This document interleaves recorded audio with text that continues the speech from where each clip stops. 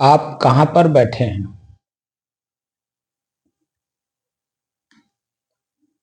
साहब, संत कबीर साहब समाधि योग साधना के केंद्र स्थान में बैठे हैं।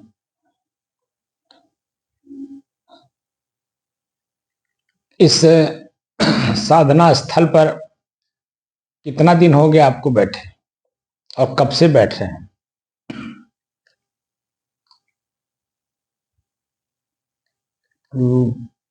1468 दिन आज हो गया था।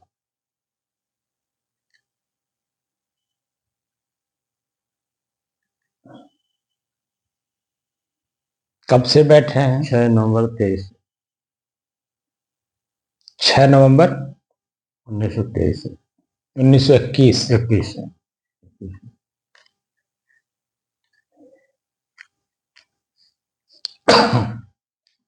जब 6 नवंबर 2021 को आप बैठे थे, पहली बार आपको कुछ अभ्यास करने के लिए कहा गया था? जी साहब, बताया गया था कि सुखासन में बैठ करके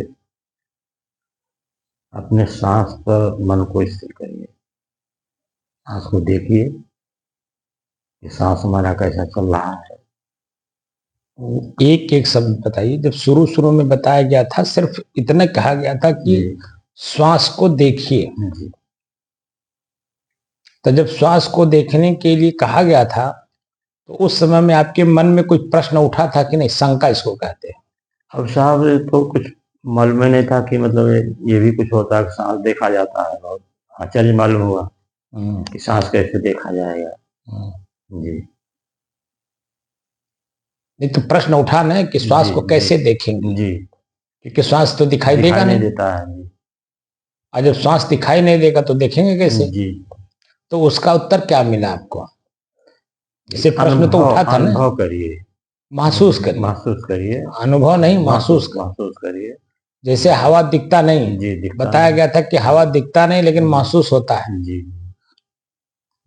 पंखा चल रहा है, जी अगर वो शरीर में हवा ना दे, मतलब उसका पंखे का हवा स्पर्श ना करे हमारे शरीर को, तो हम लोग समझते हैं कि पंखा बीमार है। जी क्योंकि उस पंखा तो चल रहा है लेकिन हवा नहीं दे रहा। तो हवा हमारे शरीर को स्पर्श नहीं कर रहा है, इसको हम समझ गए बीमार है। जी। और जब पंखा बीमार है, उसको ठीक कराओ। ये उसका उदाहरण दिया गया था एग्जाम्पल कि महसूस करिए।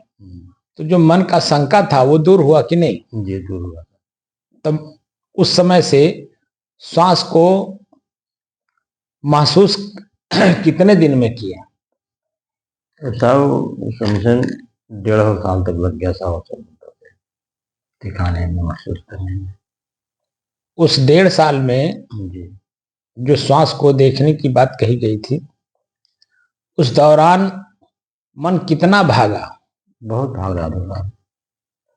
मतलब टिक ही नहीं रहा था मन पर, भागता था इधर उधर। अब ऐसा क्यों हो रहा था? और सब चंचल था, और चंचल के कारण से इधर उधर भाग रहा था। कभी ऐसा साधना किया नहीं गया था, मतलब कि रोका जाए, उसको कंट्रोल किया जाए मन को। मन तो पहले से फ्री था ना। जी, छूट पा गया था। जी, पूरा छूट पा गया। इस पे कंट्रोल किसी का था नहीं। जी। अब छूटे हुए पशु को बांधना है तो उसको कितना दौड़ता है। जी साहब, ये तो प्रत्यक्ष प्रमाण है ना। गांव में जी आप भी गाय भैंस रखते हैं। जी, जब बंधा हुआ पशु एक बार छूट जाता है जी तो उसको पकड़ने में दिक्कत होती है। जो पहले से छुटा हुआ ऑलरेडी, उसको कैसे पकड़ेंगे? जी। तो उस दौरान, क्योंकि आप वैष्णव संत संप्रदाय से बिलोंग करते थे, वैष्णव संत आपके गुरु हैं, तो जो 60 साल तक आपने सुना, देखा, पढ़ा, उसमें ये विपरीत दिख रहा था कि नहीं? बहुत एकदम विपरीत था, एकदम विपरीत। और अब वो विपरीत है कि ये विपरीत है? नहीं, अब तो सब वही विपरीत है। ये ठीक है। क्योंकि हम शांति खोज रहे हैं ना, जी जी और उसमें शांति थी नहीं, उसमें तो उतावलापन दिखाया जाता जी था। जी यहाँ जाओ, वहां जाओ, ऐसा करो, वैसा करो, जी ये करो, वो करो, और यहाँ क्रिया रोकी जा रही है, न कि क्रिया कराई जा रही है। जी साहब, हम्म। जी क्रिया रोकी जा रही है। तो बैठने की शुरुआती दौर में जो क्रिया कर चुके थे आप, और अब क्रिया रोकने की जो प्रथा बताया जा रहा था, उसमें विरोधाभास दिख रहा था कि नहीं? बिल्कुल 100% विरोधाभास है। उस विरोधाभास में और अब में कितना अंतर हो गया। बहुत अंतर हो गया। अब कहीं जाने का मन करता है? कुछ नहीं जाओ, कहीं नहीं जाने मन करता। मैं कहता भी हूँ चलो मैं घर घुमा लाता हूँ, जी सत्संग है या जी मगहर महोत्सव है या कोई संत आए हुए हैं, क्या मन करता है वहां जाने के लिए? कहीं जाने मन नहीं करता। जो कि संत कबीर सहज समाधि योग साधना के बैनर तले आप साधना कर रहे हैं, जी और मैं चाहूं तो आप लोगों को घुमा सकता हूं, बनारस घुमा सकता हूं, जी मगहर घुमा सकता हूं, जी जी या और जहां पर हमारे कबीर आश्रम है, या जहां सत्संग हो रहे हैं, या जहां पर लोग प्रवचन कर रहे हैं, अच्छे अच्छे संत भी हैं, उनके स्थान पर भी ले जा सकता हूं, दर्शन करा सकता हूं। जी लेकिन कभी मैंने ऐसा कोई नहीं, कुछ नहीं जाओ, कुछ बताया, आप लोग दबाव डाला? कुछ क्योंकि ये बाहर की क्रिया तो हम लोग बहुत कर चुके हैं, जी साहब, बहुत करते अनादिकाल से करते हुए आ रहे हैं। जी उसकी कोई समय सीमा नहीं है कि कब से आ रहे हैं। बात समझ रहे हैं? जी और अगर आज भी हम अपनी क्रिया को रोके नहीं, तो आगे भी अनंत काल तक क्रिया में ही फंसे रहेंगे। जी तो हमारी सुख शांति, अपनी स्थिरता, अपनी शुद्धता, अपनी एकरसता का आभास कैसे होगा? नहीं हो पाएगा, हो पाएगा? नहीं हो पाएगा। अब इस साधना में अब आपको त्राटक मुद्रा कराएं, त्राटक का मुद्रा मत समझते हैं नहीं? जी समझते हैं। बताया हूं मैं आपको। जी अब ज्योति दिखाऊं, बिंदु दिखाऊं, जी या अन्य कोई क्रिया कराऊं, तो उसमें और इसमें कितना अंतर दिख रहा बहुत है। अंतर है, बिल्कुल सरल है साहब। सहज है कि नहीं? जी सहज है। सहज होते हुए भी कठिन था ये। जी जो सहज था और है भी, जी ऐसा नहीं नहीं है। जी अगर ना होता तो मिलता कैसे, जी वो समझ में आता कैसे? जी था, लेकिन हमको बाहर बाहर भटकाया गया। जी तो भटकाव जब तक खत्म नहीं होगा, तब तक स्थिरता कैसे आएगी? जी नहीं आ पाएगा। आ जाएगी? नहीं आएगी, भटकाव नहीं खत्म होगा तब तक नहीं आएगी। मैं कहीं आपको कहा कि कबीर साहब का हम दर्शन करा देंगे? नहीं सर, कुछ नहीं सर। हम तो सिर्फ कबीर की, कबीर जो शब्द है जी उसकी व्याख्या बताए। जी कबीर ने उसको पालन किया, इसलिए कबीर कबीर है। जी जथा नाम तथा गुण, क माने काया, बीर माने जीतना। जी अपने ही शरीर इंद्रियों को जिसने जीत लिया हो वह कबीर है। जी और ऐसे एक कबीर नहीं, लाखों कबीर हमारे भारतीय संस्कृति में हैं। जी है कि नहीं है? जी है सर। ऋग्वेद काल से लेकर के और अब तक अपने शरीर और शरीर के इंद्रियों को, उनकी क्रियाओं को जीतने वाले या जीतने में प्रयास करने वाले लोग लाखों लोग हैं कि नहीं है? जी है सर। है? हाँ साहब, लाखों। भले उनके ऊपर किसी तरह का कटाक्ष किया जाए, जंगल में तो गीदड़ भी रहते हैं, सियार भी रहते हैं, लोमड़ी भी रहती है, भेड़िया भी रहता है, तमाम जानवर रहते हैं ना। जी ऐसे हमारे साधना पद्धति में या अध्यात्म क्षेत्र में बहुत सारे लोग हैं। जी कौन कितना सफलतापूर्वक अपना काम कर रहा है, ये तो उस व्यक्ति के व्यक्तित्व के ऊपर निर्भर करता है। जी सर। नहीं तो लोग क्या कर रहे हैं, यहां पर आकर के खीर पूड़ी में उलझ जा रहे हैं, मान प्रतिष्ठा में उलझ जा रहे हैं, शिष्य शाखा में उलझ जा रहे हैं, पंथ परंपरा में उलझ जा रहे हैं। और जो कि सीधा सीधा फंडा है कि मैं कौन हूं इतना जानना है। जी व्यवहारिक पक्ष में जो अध्यात्म से बिल्कुल अलग है, जिसमें हम लोग शरीर में रह करके जीवन जी रहे हैं। इस व्यवहारिक जीवन को जीने में लोग अपना प्रश्न नहीं करते कि मैं कौन हूं। तो अध्यात्म यहां कैसे प्रश्न कर पाएंगे कि मैं कौन हूं। शरीर जिस परिवार में, जिस जाति में, जिस समाज में, जिस धर्म में जन्म लिया है, हम वहीं तक सीमित रह जा रहे हैं। जी ये हो रहा है जी। तो अब यहां पर मैं कौन हूं को खाली जानना है ना जी। तो मैं कौन हूं के रास्ते में जितना पड़ाव आ रहा है, उन सब पड़ावों को पार करना होगा कि नहीं। जी करना होगा।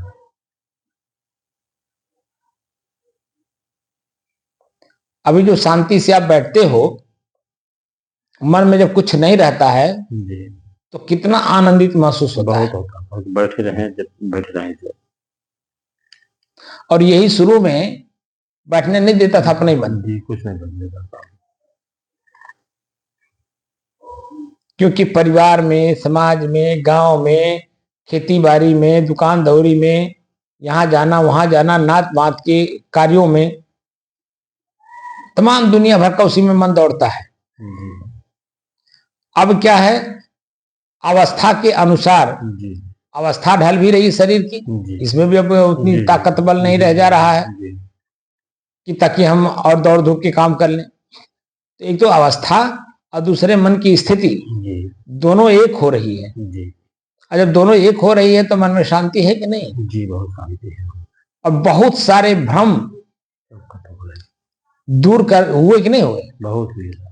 बहुत सारे भ्रम दूर हुए होंगे, तभी जाकर के मन को शांति मिलती है। और जब तक मन में भ्रम रहेगा तब तक शांति आएगी नहीं आ पाएगी।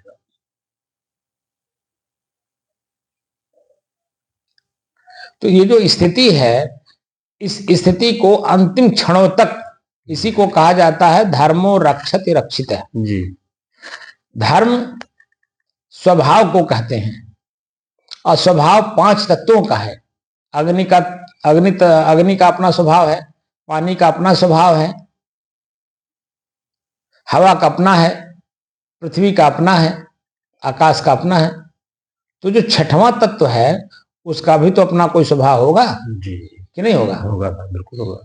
वो 6वां तत्व क्या है, निज तत्व। गीता में आत्म तत्व, निज तत्व का वर्णन है। तो निज तत्व भी तो अपना स्वभाव लिया होगा कुछ। उस निज तत्व में जब हम लौट जाएंगे वापस तो अपने स्वभाव में चले जाएंगे कि नहीं जाएंगे। तो अपने स्वभाव में जब हम, अपने स्वभाव का जब हमें जानकारी हो गई और अनुभव भी हो गया, प्रयोग हमने करके देखा ना। अनुभव मतलब अनु माने पीछे, भव माने उत्पन्न होना। प्रयोग करने के बाद जो स्थिति पैदा होती है वही अनुभव जन्य ज्ञान है। जो महर्षि पतंजलि जी जिसको बहुत महत्व देते हैं, अनुभव जन्य ज्ञान को। ज्ञान तो सबको है कि भूख लगा है, भोजन करना चाहिए, लेकिन भूख को मिटाने के लिए जो भोजन हमारे सामने है, उस सामने वाले भोजन को हमें ग्रहण कैसे करना है। प्रश्नवान है कैसे करना है, कब करना है, कितना करना है, क्यों करना है।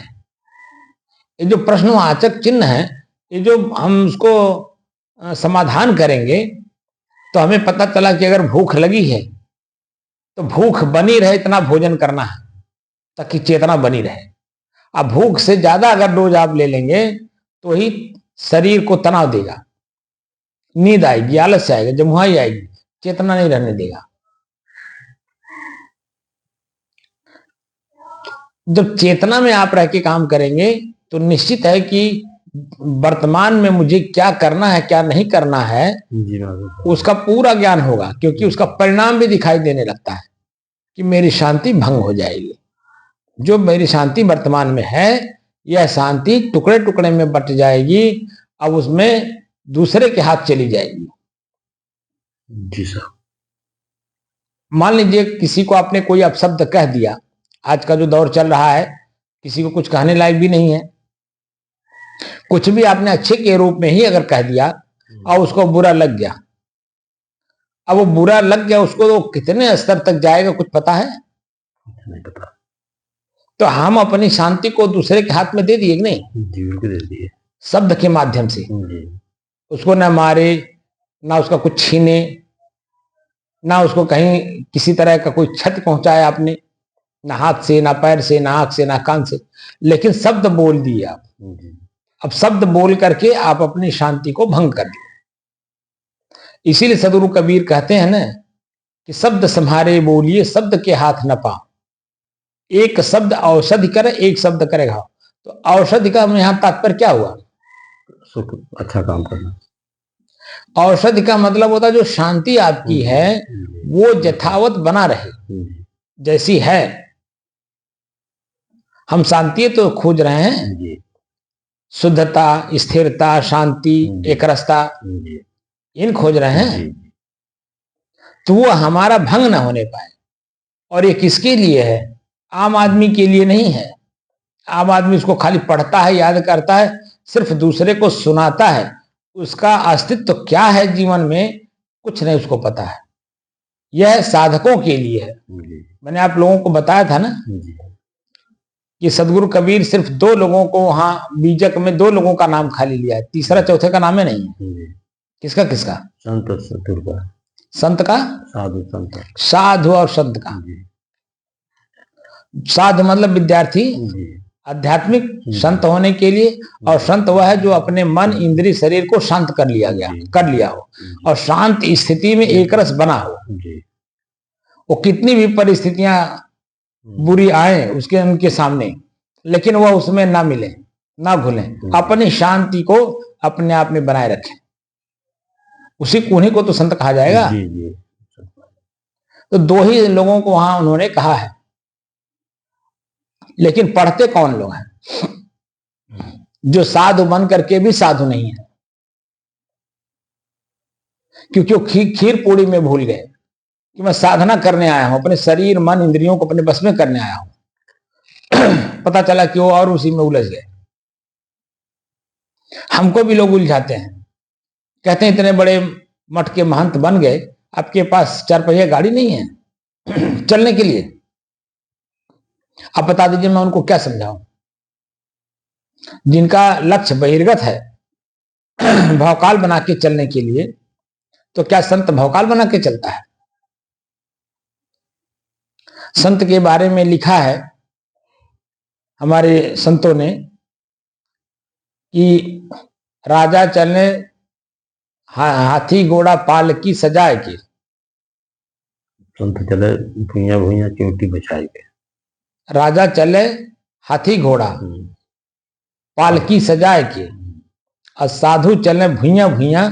साधु के बारे में लिखा है, न कि संत के बारे में। शब्द वहां संत नहीं है, साधु। साधु चले भुइया भुइया चिमटी बचाए के। तो साधु के लिए वहां स्पष्ट कहा गया कि वो भुइया भुइया चले और चिमटी बरा के चले। अब बता दीजिए आप एक दिन में आप 200 किलोमीटर, 300 किलोमीटर, 500 किलोमीटर आप लगातार चल रहे हो गाड़ी से, लग्जरी गाड़ी में बैठ करके, आपकी कौन सी बुद्धि वहां काम कर रही है? वही आम आदमी वाली। और बड़े हो, कपड़ा पहने हो विशेष की, तो विशेष काम जब करेंगे तब ना आपकी विशेषता आएगी। मैंने देखा है जिन लोगों ने 10 साल, 20 साल, 30 साल तक साधु जीवन में रह करके पैसा कमाए और लग्जरी गाड़ियां इसमें खरीद रहे हैं, ठीक है ना, तो उनकी जो कमाई बाहर की थी वो बाहर ही रह गई। अब जब वो शरीर छोड़ेंगे तो उनको कष्ट नहीं होगा, पीड़ा नहीं होता, और क्या होगा? क्योंकि उन्होंने चमकाया बाहर, आश्रम को चमकाया, आश्रम के सुख सुविधाओं को चमकाया, लेकिन जो शरीर के भीतर मन है, मन को नहीं चमकाया उन्होंने। मन को जैसा मूर्छावान था वैसे ही बने रहने दिया, तो कष्ट नहीं होगा, पीड़ा नहीं होगा, तो और क्या होगा? अब बताओ। जो आम आदमी को होता है कि शरीर छूटते समय मेरी बीवी छूट जा रही है, मेरे नाती पोता छूट जा रहे हैं, मेरा बेटा छूट जा रहा है, मेरा खेत बाड़ी छूट जा रहा है, मेरा कमाया हुआ धन छूट जा रहा है, हाथी घोड़ा छूट जा रहा है, वो पीड़ा नहीं देता है? इसी तरह से इनको भी पीड़ा देगा, क्योंकि इन्होंने बाहर चमकाया आम आदमी की तरह, जिसको हमारे साधु समाज में इसमें भावकाल कहा जा रहा है। गनर लेके चलेंगे, रिवॉल्वर लाइसेंसी लेके चलेंगे। बताइए, आप डरे हुए हो? तो गीता के 16वें अध्याय में जो स्पष्ट लिखा गया है कि साधु और संत कैसे होते हैं, साधकों के बारे में लिखा हुआ है। अभयम सत्य संशुद्धि ज्ञान योग व्यवस्थिति, दानम दमस्य यज्ञश्च स्वाध्यायस्तप आर्जवम। स्वाध्याय करने की बात करता, तो स्व का अध्ययन करने के लिए तो लिखा है जी। स्व माने मैं स्वयं कौन हूं, इसी का अध्ययन करने की बात कर रहा है। क्या मैं गाड़ी घोड़ा हूं? क्या मैं भौकाल हूं? मैं अपने आप को जानने के लिए कार्य करना चाहता हूं, यहां आया हूं, और मैं अपने आप को नहीं जान पाया तो बाहर हम जना करके क्या करेंगे? आप बताइए। बाहर तो जनाने वाले लाखों लोग हैं, सड़क पर घूम रहे हैं। आजकल तो एक से एक लग्जरी गाड़ियां, जब आदमी घर में रहता है तो उसको सुरक्षित रखता है, उसके लिए अलग एक गैरेज बनाया हुआ है। लेकिन जब सड़क पर उतरता है, मार्केट में जाता है, तो सड़क पर ही खड़ा कर देता धूप छाया में। देख रहे होंगे आप ना, सड़क पे एक से एक लग्जरी गाड़ियां, 50-50 लाख की, 1-1 करोड़ की गाड़ियां सड़क पर ऐसे घूम रही हैं। कोई अस्तित्व है उनका? लेकिन एक छोटा सा काम गांव में कर देने से, छोटा सा काम जो गांव के हित में हो, वह व्यक्ति जो में देखिए, उनको लग्जरी गाड़ी हो या ना हो, 4 आदमी उसको पूछने वाले मिल जाते हैं, क्योंकि वो 4 आदमी का हित किया है। लेकिन वो जो लग्जरी गाड़ी लिया, वो 4 आदमी का अहित करके धन कमाया, तभी वो लग्जरी गाड़ी लेके अपने स्वतः चल रहा है। उसी को समझ रहा है कि मैं अपने आप को बड़ा भारी धनवान हूं, और मैं पैसे से जो चाहूंगा सो कर लूंगा। आसाराम के पास अथाह पैसा था, वो चाहा होता पैसे से पूरी सरकार को खरीद लेता, लेकिन कानूनी प्रक्रिया में जब फंस गया तो आज स्थिति उसकी क्या है? कोई भी नहीं बचता है। जब हम भगवान के नियम में हैं, तो नियम विरुद्ध जो भी काम करेंगे, तुरंत जन्म वो हमारे ऊपर एक्शन हो जाएगा, दंड मिलेगा, दंडात्मक कार्रवाई हो जाएगी। आदमी करे चाहे नहीं करे, प्रकृति अपने स्वतः कर देती है। तो हम प्रकृति से परे जाना चाहते हैं, अलग होना चाहते हैं, और हम प्रकृति के ही अंदर में काम कर रहे हो, साधक बन करके, साधु का वेश धारण करके, गुरु परंपरा आने के बाद। तो बता दीजिए हम कौन सा काम कर रहे हैं? कोई काम यहां दिखाई दे रहा है? काम तो तब दिखाई देगा जब त्याग करेंगे। जैसे मैं अपने स्वयं जब त्याग किया सन 90 में, तो 20-25 गांव के लोग, हमारे नात बात हित मित्र गांव गढ़ी के लोग, सब मेरे विरोध में, क्योंकि मैं काम करने लगा ना। जो काम करता है, क्योंकि वो समाज से अलग हट करके काम करने लगता है, और जब समाज के विपरीत काम हुआ, खाली 3 आदमी को छोड़ करके बाकी सब मेरे विरोध में। अब आप समझ जाइए, एक मैं स्वयं, एक मेरी माता जी सपोर्ट में, और मार्गदर्शक के रूप में गुरु जी। ये 3 आदमी को छोड़ के बाकी मेरे समर्थन में कोई नहीं कि हाँ साधु बनने बड़ा अच्छा काम करने जाओ। हमको तो सबसे बड़ा सपोर्ट मिला था हमारी माता जी का, जिन्होंने 9 महीना पेट में रखा, दुख सुख सहा, फिर 5 साल तक मेरा टट्टी पेशाब उठाया, अपने एक लाभ के लिए कि बुढ़ौती में मेरे लाठी का सहारा बनेंगे, ये ना जी। लेकिन वह सब कुछ त्याग करके, उसके मन में एक ही भाव था कि अगर मेरा एक ही बेटा है और साधु बन जाए तो मेरे लिए इससे बड़ा और उपलब्धि कुछ नहीं हो सकता। उसकी उतनी बड़ी भावना देखिए, और मेरे अंदर में बैराग तो चढ़ ही गया था, तो मैंने उसका लाभ उठा लिया, और लाभ उठाया गुरु के मार्गदर्शन में। आज मैं आप लोगों के सामने प्रस्तुत हूं। तो काम करते समय जो आप काम कर रहे हैं तो समाज के विपरीत काम करेंगे ना। जिस काम को पहले आप कर रहे थे, इसमें सभी लोग आपको जान रहे थे, फलाने के बेटवा हैं, फलाने हो, फला काम करते हैं, बस इतना जानते थे लोग। लेकिन अब एक नया काम कर रहा हूं मैं समाज की दृष्टि से। मैं जिस परिवार में हूं उस परिवार को छोड़ रहा हूं, जिस माता पिता के सानिध्य में मैं था उस माता पिता को छोड़ रहा हूं। जो संसार में 3 सुख हैं, पुत्र सुख, स्त्री सुख और धन सुख, इन तीनों को छोड़ा मैं। तो एक नया काम हुआ कि नहीं हुआ? बोलिए जी हुआ। और जब नया काम हो रहा है तो उसमें एक जैसे तालाब है, एक बड़ी मछली उसमें लाके डाल दिया जाए तो हलचल नहीं करता है जी, करेगा। इस तरह से हो रहा है कि समाज में होते हुए मैं एक नया काम करने जा रहा हूं। और नया काम ये कि वो साधु बनने जा रहा है। नया काम तो और भी लोग करते हैं, जैसे डकैती डालते हैं, वो भी डाकू बनना भी एक नया काम है, लेकिन वो समाज के अंतर्गत आता है। चोर बनना भी एक नया काम है, लेकिन वो समाज के अंतर्गत आता है। अब मैं पूरे समाज को छोड़ रहा हूं, अच्छे को भी बुरे को भी, तो एक नया काम कर रहा हूं कि नहीं? जो कि समाज में साधु लोग घूम रहे हैं और सभी लोग देख रहे हैं, लेकिन उनकी तुलना हमसे करते हैं। देखा फलाने साधु रहने, हमसे कई लोग बताए, कहने देखा वो ब्रह्मचर्य पालन कैले, उनके कोढ़ हो गई लाल, शरीर ये फूट फूट जन्मे, वो एकदम फोड़ा हो गया था उनको, मतलब इस तरह से बताते थे। तो हम कहे जब समय आएगा जो होगा देखा जाएगा, लेकिन अभी हमको वर्तमान में बैराग जगह हो, हमको निकलने दो। काव खाबा, कहां रहबा, परंतु दुनिया भर के बवाल, हम सब कुछ को त्याग करके, सब मानसिकता को त्याग करके बस एक मानसिकता में थे, हमको साधु बनना है तो साधु बनना है। अब बन करके मैं देखिए आज आप लोगों के सामने कैसे हूं। अब मैं अपने जगह पे स्थिर न हुआ होता तो आप भी जो इतनी बात बता रहे हैं, अभी तो कई बातें इसमें आप नहीं बता पाए हैं। क्या ये बता पाते? अब मेरे उतावलापन के नाते आप भी भटक जाते। जी साहब। लेकिन साथ साथ मैं भी अभ्यास कर रहा हूं और साथ साथ आपको अभ्यास करवा रहा हूं जी। और लगातार आप कर रहे हैं, तो आपको अब स्पष्ट हो रहा है ना कि मैं जिस भ्रम में जी रहा था, जी भ्रम था, वो सब भ्रम ही था। जी। है? जिस आशा में मैं जी रहा हूं वो आशा ही भ्रम है। जी। इसीलिए हमारा शास्त्र स्पष्ट करता है कि आशा परमम दुखम, नैराश्यम परमम सुखम। आप निराश होकर के जीवन जिए। निराश होकर के जीवन जीने में जो मजा आता है ना, आनंद आता है, वो आशा लेकर के में नहीं आता है।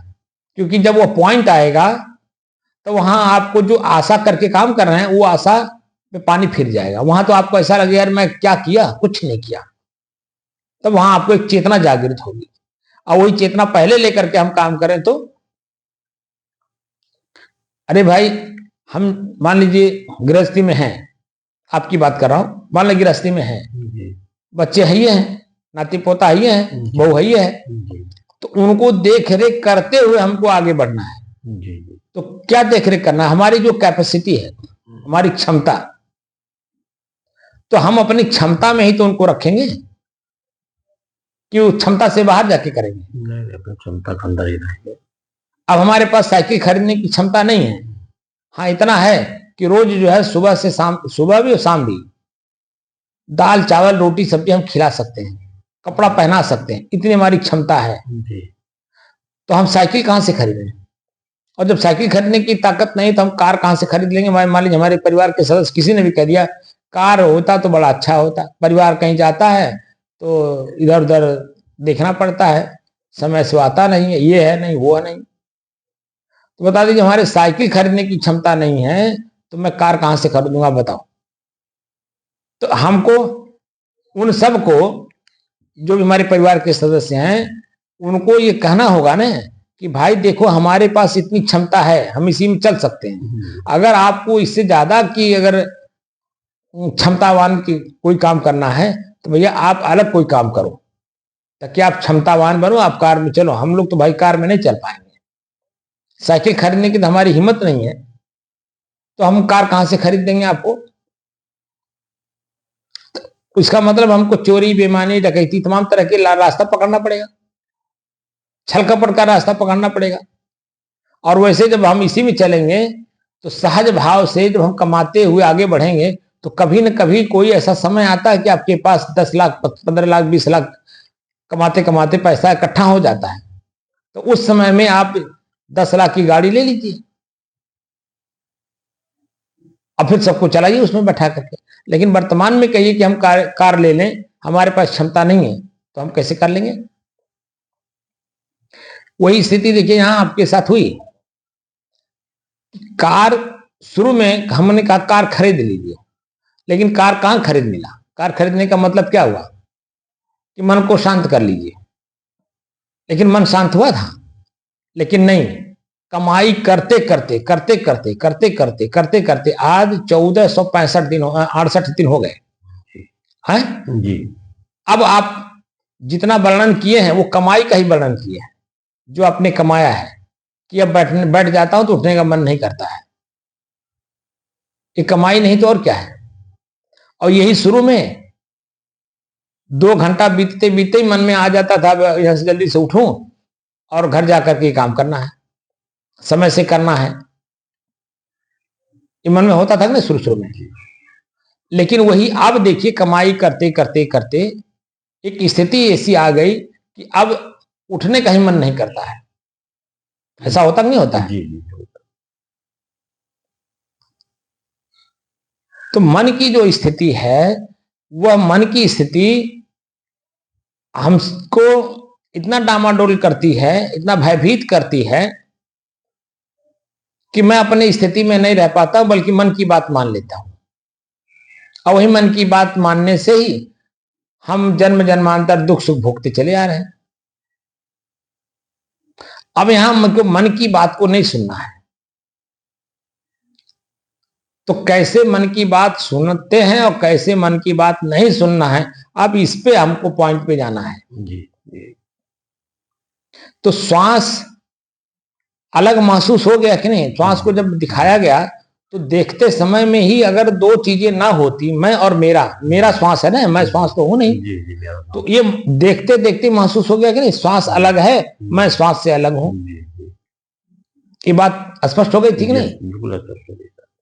अब जब श्वास और मैं अलग अलग हो गए तभी तो श्वास में क्या मिल रहा है ये बात स्पष्ट हो रही थी।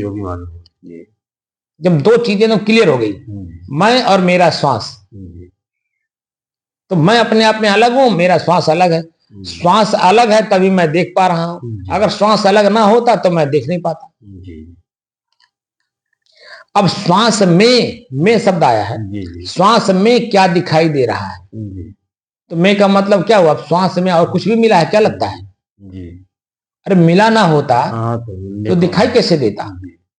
मिला हुआ है तभी तो दिखाई दे रहा है, और वो भी समय समय से, समय समय से ही दिखाई देता है। न कि जन्म तत्काल में ही आप दुर्गंध देख लेंगे, न कि सुगंध देख लेंगे। वो समय जब आएगा तब वो सुगंध हमसे अलग है, मैं सुगंध से अलग हूं, दुर्गंध मेरे से अलग है, मैं दुर्गंध से अलग हूं। समय समय से न दिखाई देगा, और वह सब एकदम क्लियर हो गया कि श्वास और श्वास में क्या दिखाई दे रहा है, वो सब एकदम स्पष्ट हो गया। तो श्वास एक तत्व है, 5 तत्वों में से एक तत्व है, और वह तत्व मैं नहीं हूं, बल्कि वो प्रकृति का है। तो श्वास और मैं, श्वास में ये तीनों चीजें अलग अलग हो गई कि नहीं हो गई?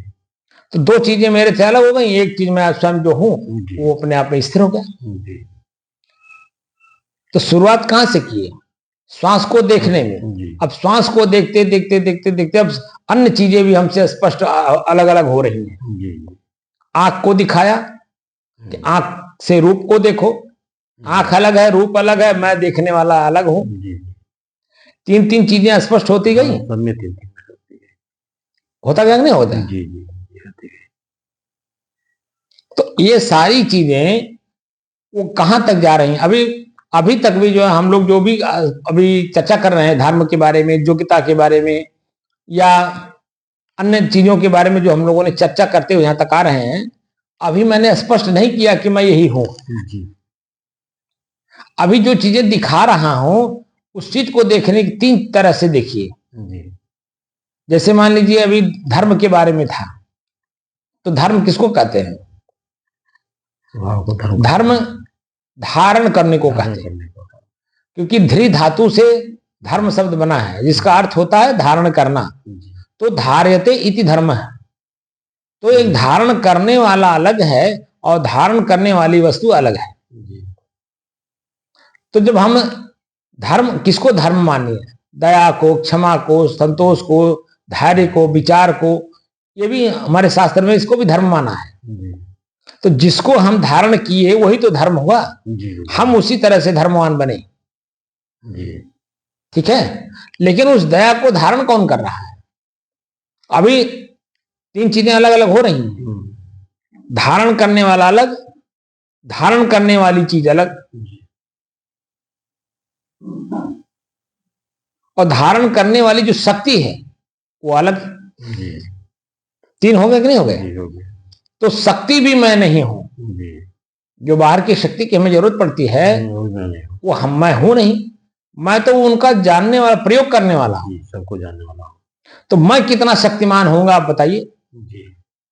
वह शक्ति क्षणिक है, थोड़े समय के लिए धारण किया गया। और यहां अथाह शक्ति है जो सबको धारण किए हुए है। तो जो सबको धारण कर रहा है वही तो मैं हूं। और मैं अपने आप में कौन हूं? एकदम बिल्कुल शुद्ध हूं। वहां न दया है, न क्षमा है, न संतोष है, न धैर्य है, न विचार है, न विवेक है, न गुरु भक्ति है, न नम्रता, न कोमलता, कुछ नहीं है। न वहां काम है, न क्रोध है, न लोभ है, न मोह है, न कुछ है। न आसुरी शक्ति वहां पहुंच सकती है, न दैवी शक्ति वहां पहुंच सकती है।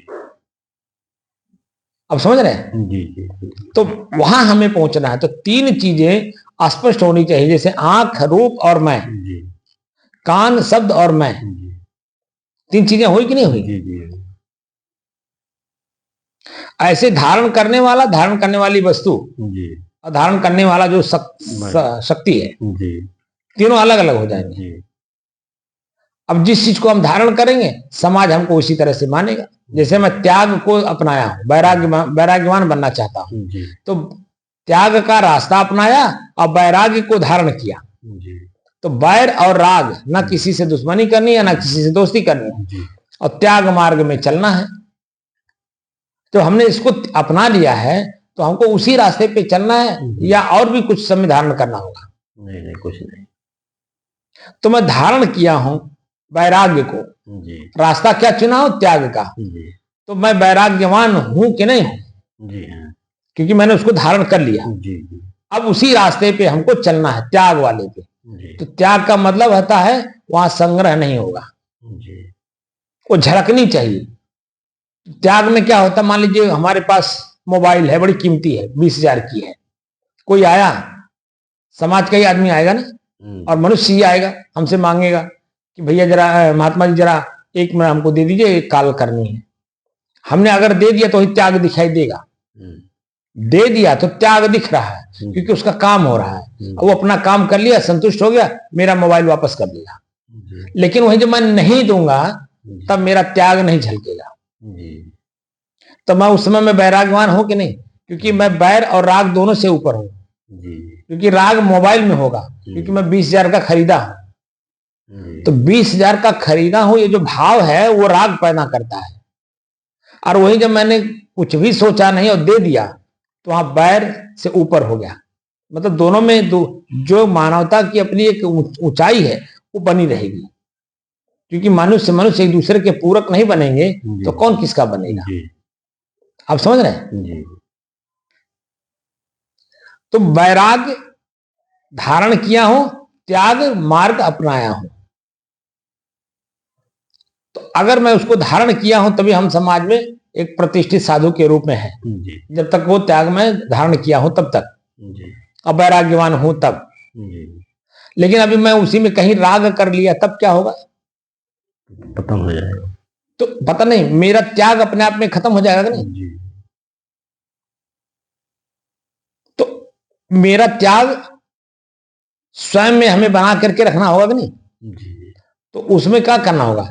चेतना में रहना होगा। जी चेतना का मतलब जब तक शरीर में मैं हूं तब तक जो चीजें मैंने शुरू में अपने जीवन में धारण किया, उस धारण किए हुए वस्तु को हमको अंतिम क्षणों तक लेकर के चलना है, तब मैं वैराग्यवान बनूंगा।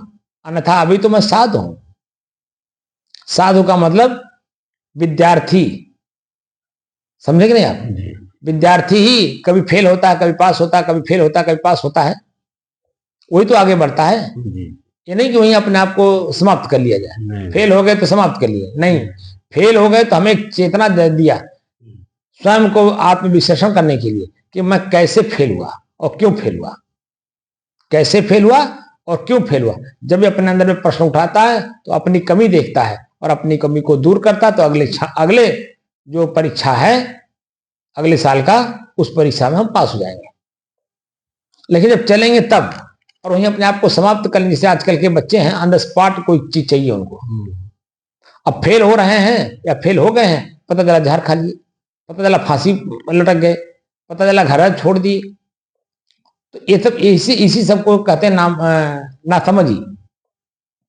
समझदार व्यक्ति अपने अंदर की कमी ढूंढता है, उसको दूर करता है और आगे अपना कमी दूर करके अपने लक्ष्य को प्राप्त कर लेता है। ऐसा इतिहास में बहुत सारे चीजें दिखाई देती हैं। लेकिन यहां हम साधु जब बन गए तो किस लिए साधु बने? विद्यार्थी हुए ना। किस लिए? स्वयं को जानने के लिए। तो स्वयं को जब जानने के लिए हम उत्सुक हुए तो रास्ते में पड़ाव इतने आएंगे कि हम भ्रमित हो जाएंगे। लेकिन जब लगातार चलते ही रहेंगे तो कभी नींद आ जाएगी, रुक जाएंगे, कभी थकान आ जाएगी तो बैठ जाएंगे। आप समझ रहे हैं? तो कभी बरसात होगी, कभी धूप होगा बहुत तगड़ा, कभी आंधी आएगी, तो क्या करेंगे? उसमें चलते रहेंगे? नहीं। रुकेंगे कि नहीं रुकेंगे? बचाव करेंगे। तो हाँ, बचाव के लिए। तो उस समय में वहीं रुक करके बचाव करके फिर आगे बढ़ जाएंगे। ये होता है आध्यात्मिक विद्यार्थी का रास्ता, चलना। तो चलते ही रहना है, कभी न कभी मंजिल मिलेगी, ऐसा नहीं मिलेगी। लेकिन जब हम चेतना में रहेंगे तब कि हमको वहां तक पहुंचना है, तो जितने भी बीच में तूफान आवे या आंधी आवे या बरसात हो या बहुत सारी कड़ाके की ठंड पड़ती हो, कड़ाके का जन्म धूप पड़ती हो, रुक जाएंगे, ठीक है, थोड़े समय के लिए, कि बीमार ना हो, शरीर अस्वस्थ ना हो। क्योंकि शरीर ही से तो चल करके वहां पहुंचना है, और शरीर ही अस्वस्थ हो जाएगा तो वहां कैसे पहुंचेंगे? इसलिए इन सब चीजों पे ध्यान देना पड़ता है कि हम स्वयं अपने आप में अपने आप को ही ढूंढ रहे हैं। और जब तक मैं अपने आप में अपने आप को न देख लूं तब तक चलते ही रहना है, चलते ही रहना है, चलते ही रहना है। और चलने का मतलब है जब आप चलेंगे, एक जगह को छोड़ेंगे दूसरे जगह, तभी एक पैर उठाएंगे दूसरा पैर एक जगह रखेंगे, तभी एक पैर, मतलब हर एक पैर को उठा के दूसरे जगह रखना है। तो एक जगह छोड़ेंगे तभी तो दूसरे जगह पकड़ेंगे। यही स्थिति हमारी है हर जगह। यानी कि त्याग मार्ग में ही रहना है। हर चीज को देखिए, पहले उसको पकड़िए, त्याग मत करिए, फिर उसके बारे में पूरी जानकारी कर लीजिए, दाएं बाएं ऊपर नीचे आगे पीछे सब पूरी जानकारी कर लेंगे तो दोबारा वहां आने की हिम्मत नहीं होगी। फिर आगे ही आगे, आगे ही आगे, आगे ही आगे बढ़ते चले जाएंगे। बात समझ रहे हैं? लेकिन जब आप रुक करके उसको देखेंगे नहीं, दाएं बाएं आगे पीछे ऊपर नीचे, तो फिर वापस आने की भी इच्छा हो जाएगी। जहां आप चले थे फिर लौट करके वहीं आ जाएंगे। क्योंकि ऐसे बहुत लोगों को मैं देख रहा हूं जो पूर्ण वैराग्यवान नहीं है, ठीक है, साधु समाज में भी आने के बाद जो पूर्ण वैराग्यवान नहीं है, उनको अंत में अपने परिवार में ही जाकर के शरीर को छोड़ना पड़ रहा है। ऐसा मैंने जो बहुतों को देखा है, प्रत्यक्षम अपने साधु समाज की बात करें। पूर्ण वैराग्यवान संत जो होता है उसके मन में ये भ्रम नहीं रहता है कि मेरा सेवा कोई करेगा कि नहीं करेगा, मुझे ठंडी गर्मी से बचाएगा कोई कि नहीं बचाएगा। वो सब कुछ को जीते रहता है और सहनशील बनकर के अपना काम करता है। तो अंतिम क्षणों तक वह जब मन से तो घर नहीं जाएगा, भले शरीर से कोई उठा ले जाए वो अलग विषय है, लेकिन वो मन से नहीं जाएगा, मन से अपने त्याग वैराग में ही रहेगा। यही है कि भाई शरीर का जो सेवा करेगा वो आगे प्रकृति यानी भगवान उनको फल देंगे, मेवा देंगे, लेकिन वो अपने स्वरूप में एकदम बिल्कुल लीन रहेगा। किसी भी अवस्था में, किसी भी परिस्थिति में वह अपने स्वरूप में लीन रहेगा, तब वो वैराग्यवान होता है। जब तक स्वरूप स्थिति का पूर्ण ज्ञान नहीं होता है तो मन भ्रमित करता ही रहता है। अभी भी जैसे मैंने ये बताया नहीं हूं कि अभी ये अंतिम तत्व है, यही निज तत्व, इसी को ही जानना, यही मैं हूं, ऐसा तो बताया नहीं हूं, लेकिन जो बता रहा हूं अभी उसमें देखिए मन में प्रश्न उठ जाता है कि नहीं। तमाम तरह के प्रश्न वो घरेलू उठ जाएंगे, जहां हम पहले थे, जहां हैं, उसी की तरफ खींचने के लिए प्रश्न उठ जाएंगे कि हमको घर छोड़वा रहे हैं, हम कैसे घर छोड़ दें, अवस्था हमारी ये नहीं कह रही है घर छोड़िए, बात समझ रहे हैं। तो वो मन जो है फिर उसी तरफ चला जाता है। अब शरीर से तो वहां आइए हैं, मन से भी वही है, तो फिर ये वैराग्य मार्ग का जो आप अनुसरण करके जो ज्ञान प्राप्त कर रहे हैं मैं कौन हूं, ये नहीं हो पाएगा, ये बिल्कुल ही नहीं हो पाएगा। इसीलिए मन मजबूत करके काम करना है कि मन से वहां नहीं रहना है, भले शरीर से वहां हम हैं, शरीर से वहां रहिए लेकिन मन से नहीं रहना। इसीलिए मैं जो आपको बताता हूं, आप होमवर्क नहीं करते हो, इसीलिए मुझे कष्ट होता है कि लक्ष्य तो बड़ा बनाए हो कि मुझे मोक्ष मिल जाए, अब मोक्ष किससे मिलना है यही नहीं समझ पा रहे हो। आखिर कहां जाओगे आप बताओ, कोई जगह तो चाहिए वहां जाने के लिए। एक जगह छोड़ने से पहले दूसरे जगह के बारे में जहां हमको जाना वहां पूरा तहकीकात करते हैं कि नहीं? जी करते हैं, करते हैं। तो जब व्यवहार में तहकीकात करते हो तो अध्यात्म है कि जब हम घर द्वार छोड़े तो कहां जाना है भाई, कहां रहेंगे, कहां क्या खाएंगे, वहां कोई व्यवस्था है वहां की खाने पीने रहने की, ठंडी गर्मी से बचने के लिए कोई वतन है वहां? तो वो सारी चीजें जब हम अभी विश्लेषण नहीं कर पा रहे हैं कि आखिर मैं काम क्या कर रहा हूं, आज जो कि उसी में अब मजबूत होते जा रहे हैं, लेकिन उसको अभी मैं बताया नहीं हूं, इसीलिए वो लगता है कि ये जो बता रहे हैं उसमें हमको घर से निकलवा देना चाहेंगे, हमारा धन संपत्ति हरण करवा देना चाहेंगे। अरे आप जब कुछ भी मन में लिए रहोगे ना, लौट करके जन्म वही होगा, वही उसी जगह पे जी। वो मेरा क्या है, मैं तो जो बताना है बता दे रहा हूं, करने वाला करेगा तो उसका सही कारण, उसका लाभ दिखाई देगा। सही कह रहे हैं साहब कि मन जहाँ रहेगा वहीं जाएगा, मन को जो है मतलब हटाना है। तो मालूम है त्याग को सब कुछ बेकार है, सब मतलब मन में तो जैसे हम शरीर में, जिस शरीर में हैं, इस शरीर से ही जब तक वैराग्य नहीं होगा तब तक अन्य चीजों से वैराग्य कैसे होगा आप बताओ पहले।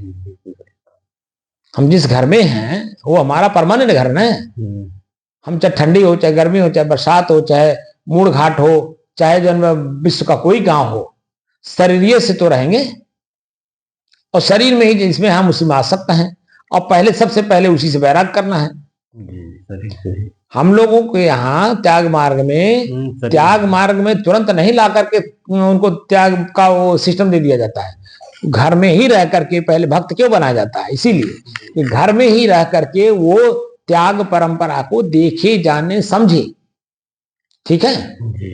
और जब उस स्थिति को वो प्राप्त हो मानसिक रूप से, तब उसे घर छुड़वाया जाता है ताकि फिर वो दोबारा घर ना जा सके।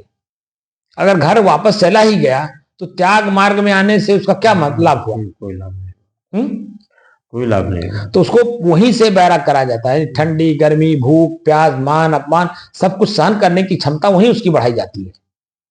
जब वो पूरा परिपक्व हो जाता है तब जब इधर आता है तो वो नीम का पत्ता खा रहा है कि आम का पत्ता खा रहा है कि खीर पूड़ी खा रहा है, कोई फर्क नहीं पड़ता है।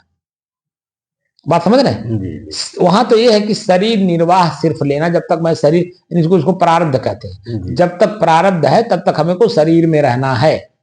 तो शरीर निर्वाह के लिए हमें किसी के साथ मांगना ना पड़े किसी से, तो उसकी अपनी क्षमता बनानी पड़ती है, भूख को जीतना पड़ता है। तो भूख जीतने के लिए ही गृहस्थी में रह करके ही भूख को जीत लीजिए, क्योंकि वहां ऐसी ऐसी परिस्थितियां आती हैं जो सामने भोजन आने के बाद भी नहीं खाने को मिलता है, उठ के जाना पड़ता है। ऐसी ऐसी स्थितियां आपके भी जीवन में आया होगा कई बार, आ जाती है। बात समझ रहे हैं जी। तो वो स्थितियां वहीं जब देखकर जानकर समझ करके करोगे तो परिपक्व रहोगे, तो मन से मजबूत रहोगे। तब यहां आने के बाद खीर पूड़ी मिला कि नीम का पत्ता खाने को मिल रहा, ये कोई फर्क नहीं पड़ता है। आप समझ रहे हैं? जी। तब जो है आप कैसे में आप देखते होंगे मैं जल्दी किसी का खाता नहीं हूं। क्यों नहीं खाता हूं? उसकी कमाई उसी की भावना के साथ उस रोटी के साथ मेरे पास आ जाएगा। अब उसकी भावना कैसी है तो मेरी भावना भी उसी तरह से बदल जाएगी। जी। इसीलिए मैं किसी का नहीं खाता हूं। कहीं भी जाता हूं मैं अगर पानी पीना होगा तो एक छोटा सा रोड़ी गुड़ ले लूंगा, पानी पी लूंगा। आजकल तो ये भी ट्रेंड चला है, या तो चाय पिलाएंगे या तो बिस्कुट खिलाएंगे। तो ना मैं बिस्कुट खाता हूं ना चाय पीता हूं। मैं कहता हूं भाई गुड़ हो तो दे दो, नहीं है तो जो कुछ है वो दे दो। तो खाली उतने बस एक मानवता का जो व्यवहार है वो बना रहे, लेकिन हमको अपने त्याग वैराग में बने रहना, क्योंकि हमारी मानसिक स्थिति जरा सा भी अगर डामाडोल हुई तो हमारे चरित्र में वो दिखाई देगा। बात समझ रहे हैं? शरीर में, चरित्र का मतलब शरीर में दिखाई देने लगेगा, और शरीर में जब दिखाई देने लगेगा तो आम आदमी क्या कहेगा बताइए कि तो साधु बनल है लेकिन साधु है नहीं। और जब मैं अपने साधु के अस्तित्व में रहता हूं तो लोग उसको समझ ही नहीं पाते हैं। तब वो एक क्रिया समझते हैं, देखिए आए तो लेकिन खाना नहीं खाए। हम सीधा लेकर के गए, ले तो लिए लेकिन फलाने को दे दिए। प्रयोग क्यों नहीं करें अपने से? अब इतनी गहराई में वो नहीं जाना चाहते हैं कि जो आदमी जिस चीज को कमाता है उसकी भावना उसमें अपने आप आ जाता है। अरे वही नहीं, मैं आपको कई बार बता चुका हूं कि जो महिलाएं भोजन बनाती हैं, जिस समय में जिस भावना से भोजन बनाती हैं, खाने वाले के ऊपर तुरंत असर पड़ता है कि नहीं? जी पड़ता है। अगर वो मन से भोजन बनाती है तो बड़ा स्वादिष्ट होता है, और उस दिन आदमी जो भी खाने वाले हैं सब प्रसन्न रहते हैं और 2 रोटी ज्यादा खा जाते हैं, क्योंकि भोजन बड़ा स्वादिष्ट बना है। क्यों? क्योंकि वो महिला जो बनाई है वो उस समय में बहुत प्रसन्न थी। भोजन बनाते समय कोई उसके मन के अंदर में ऐसी कोई बात थी जो उसमें वो बड़ी खुश थी। लेकिन वहीं दूसरे टाइम उसके मन में दूसरा कुछ आ गया तो क्रोध में भोजन बनाई, तो क्रोध में मतलब जलती हुई तो आपको भी जलाएगी। यानी कभी नमक ज्यादा हो जाएगा, कभी मसाला ज्यादा हो जाएगा, कभी मिर्च ज्यादा हो जाएगा, कभी तेल ज्यादा हो जाएगा। देखते ही आपके मन में भी क्रोध जाग जाएगा, या मुंह में डालते ही क्रोध जाग जाएगा, क्योंकि जो जिस भावना से भोजन बनाई है वो खाने वाले के ऊपर तुरंत अटक किया। तो जब इतनी गहराई से मैं इस बात को जान रहा हूं तो मैं दूसरे के ऊपर क्यों डिपेंड रहूं कि कोई देगा तब मैं खाऊंगा, तब मैं भजन करूंगा। अरे मैं कबीर का शिष्य हूं। कबीर साफ साफ कहते हैं कि कर वहिया वाले आपन छाड़ पराई आस, और जाके आंगन नदिया बह सो कसमर प्यास। इस भाषा परिभाषा को मैं शुरू में ही परिभाषित कर लिया था जब मैं साधु बना था सन 90 में। 6 महीने तक जिसके खेत में कुटिया बनी हुई है वह उनके घर से भोजन आता था।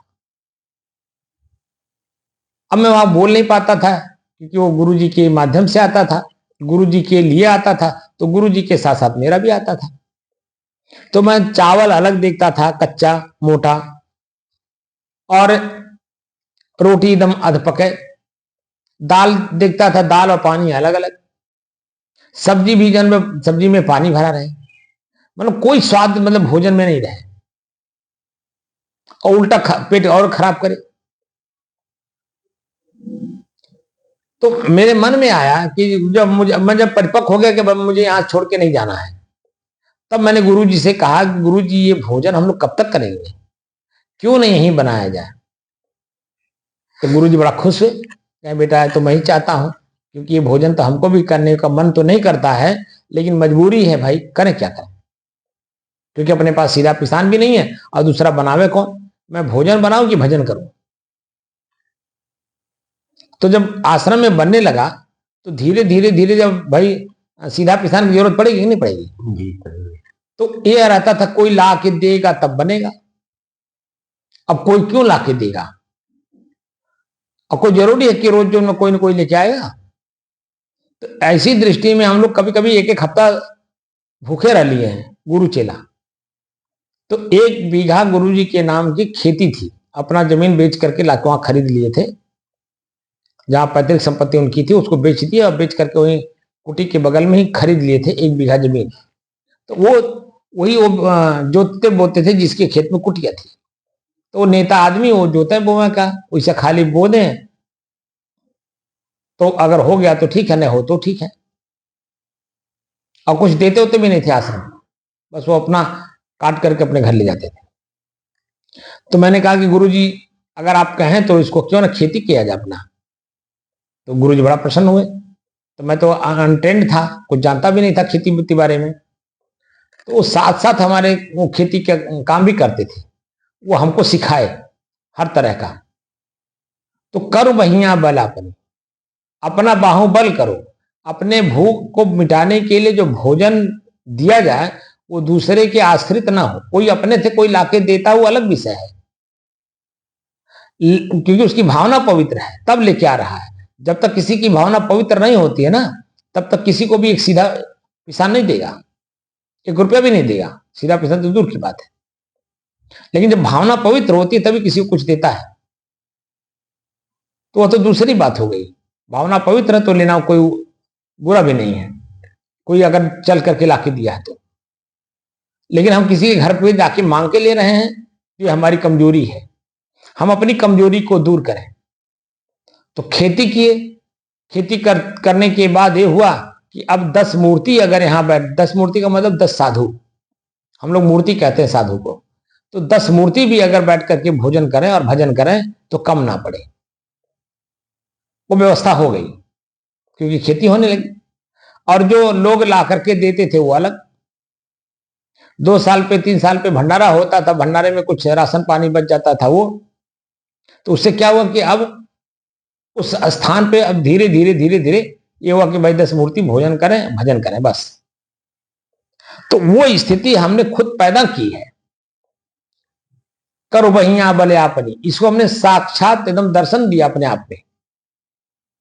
तब जाकर के धीरे धीरे धीरे धीरे मुझे अपने आप का जो बोध वहां हुआ, उस बोध को ही मैं अब आप लोगों को बोधवान बनाना चाहता हूं। क्योंकि मैं थोड़ा बहुत कुछ भी जो पाया हूं वो मैं चाहता हूं कि भाई समाज से ही मिला है और समाज में ही रहना है, तो समाज को भी देते चलें जिसको उसकी आवश्यकता हो। कहीं हमारी हवस देख रहे हैं कि मैं जब प्रचार प्रसार करूं, लोग बहुत आवे, बहुत लोग आएंगे तो बहुत तरह के पैसे जमा करेंगे, ये होगा वो होगा, यहाँ बड़ा विकास होगा, आश्रम का देखरेख होगा, बिजली पानी की व्यवस्था होगी। क्या ऐसा मैं कभी कुछ कर रहा हूं? मैं तो एक जिज्ञासु ढूंढ रहा हूं, एक जिज्ञासु। क्योंकि इस रास्ते पे आने वाला कोई एक जिज्ञासु होता है जो इस रास्ते को चुनता है और उस रास्ते पे चलने के लिए वो तत्पर रहता है और चल करके अपने मंजिल को प्राप्त कर लेता है जो उसका अपना लक्ष्य है। अब लक्ष्य में अब देखिए कैवल्य है, निर्वाण है, समाधि है, मोक्ष है नहीं? क्यों? जी है ऐसा। तो एक शब्द है ना वो जी। अब उस शब्द पर पहुंचने के लिए अपने आप को तैयार करना पड़ेगा, बहुत प्रयास करना पड़ता है। दिमाग में वो रहे कि क्या समाधि हमारी लग गई। समाधि की अगर हम कल्पना कर रहे हैं या लक्ष्य बनाए हैं तो हम समाधि में हैं। तो समाधि शब्द को ही पहले पढ़ना पड़ता है। समाधि क्या है? सम धन आधि, सम माने बराबर, आधि और व्याधि 2 शब्द हैं। वो आधि ही नहीं है, व्याधि भी उसमें है। तो आधि और व्याधि, तो व्याधि माने दुख होता है, आदि माने सुख होता है। तो सुख दुख दोनों के मध्य में रहने वाला समाधिष्ठ है। वो खाली शरीर को कहीं दफन कर देना और वहां पे पत्थर लगा देना या ईंट से जोड़ देना, उसको लोग समाधि कहते हैं। फलाने की समाधि हो, फलाने की समाधि यहीं लगी है, लेकिन वो नहीं जान पा रहे कि अंदर से समाधि लगती है। हमारे विचारों की, हमारे कर्मों की, हमारे सोच की, हमारे चिंतन की, उसमें समाधि लगती है। और एक एक समाधि करते लगाते लगाते हम उस लेवल पे पहुंच जाते हैं जहां मैं कौन हूं को ढूंढा जाता है। यानी सुख दुख के मध्य में वो कौन है जो सुख को भी जान रहा है, दुख को भी जान रहा है, दुख को भी भोग रहा है, सुख को भी भोग रहा है। वो कौन है? वही तो मैं हूं। और उसी मैं को ही जानने के लिए हम लोग साधना कर रहे हैं। मेरा लक्ष्य ही है। आप देख रहे होंगे कि मैं कौन हूं। तो मैं कौन हूं, अभी प्रश्न नहीं आया है। अभी प्रश्न जन्म वो कौन किसको धारण किया है। अब हम लोग एक शब्द धारण कर लिए हैं। मैं अपने लिए बता रहा हूं वैराग्य का रास्ता चुन लिया हूं, त्याग का। त्याग में हूं कि नहीं, वैराग्यवान बना हूं कि नहीं, मैं वैराग्यवान अपने आप में बन पाया कि नहीं, तो हमारा विशेषण है ना। बाहर का आदमी नहीं जान पाएगा, लेकिन मैं अपने आप में जान पाऊंगा कि मैं वैराग्यवान हूं अथवा नहीं। तो मेरा व्यवहार मुझे दिखाता है। तो यहां प्रत्यक्ष देख लीजिए, 2007 में मैं यहां महंत बनाया गया और 2025 चल रहा है। इसके बीच में कितने झंझावात आए। अब तो प्रत्यक्ष प्रमाण आपके गांव में ही कुटिया है, बहुत है साहब। लेकिन उसमें से अपनी किस्ती को मैं निकाल लायक नहीं। जो आज हम लोग साधना कर रहे हैं, अगर मैं उसी में उलझा होता तो साधना यहां होती नहीं हो पाती, शांति से, स्थिरता से। लेकिन प्रत्यक्ष प्रमाण है, सामने से ही मेरे सामान लेके जाया जा रहा, लेकिन मैं देख करके भी अनदेखा कर देता हूं। मेरे ही कान के सामने अनेकों प्रकार के शब्द आते हैं, लेकिन सुन करके अनसुना कर देता हूं, क्योंकि वो मेरा काम नहीं है। मेरा काम तो वैराग्यवान बनना है। तो वैर और राग दोनों से ऊपर उठूंगा तब है। तो जो परिस्थितियां स्थितियां हमारे सामने वर्तमान में हैं, उसको मैं जीत पा रहा हूं कि नहीं, उससे मैं अपने आप को शांति से अलग कर पा रहा हूं कि नहीं, ये वर्तमान में हमें पढ़ना पड़ता है। वो स्थिति को, जो स्थितियां सामने आती हैं ना, उन स्थितियों को वर्तमान में ही पढ़ना पड़ता है। तो अपने आप को कैसे मेंटेन किया जाए आगे चल करके कि मेरी शांति जैसे है वैसी बनी रहे। तो आंख से देखा हुआ दृश्य वो हमें प्रभावित ना कर सके, कान से सुना हुआ शब्द हमको प्रभावित ना कर सके।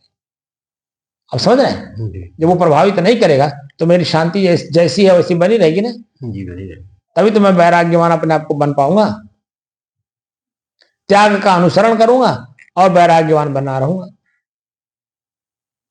और जो कि मैं जो साधना सिखा रहा हूं वो इसी लेवल पे कि आप जहां पर हो वहीं रहो, वहां से ऊपर उठने की जरूरत नहीं है। घर छोड़ दीजिए, भाग जाइए, त्याग का कपड़ा पहन लीजिए, ये सब बेवकूफी वाला काम है।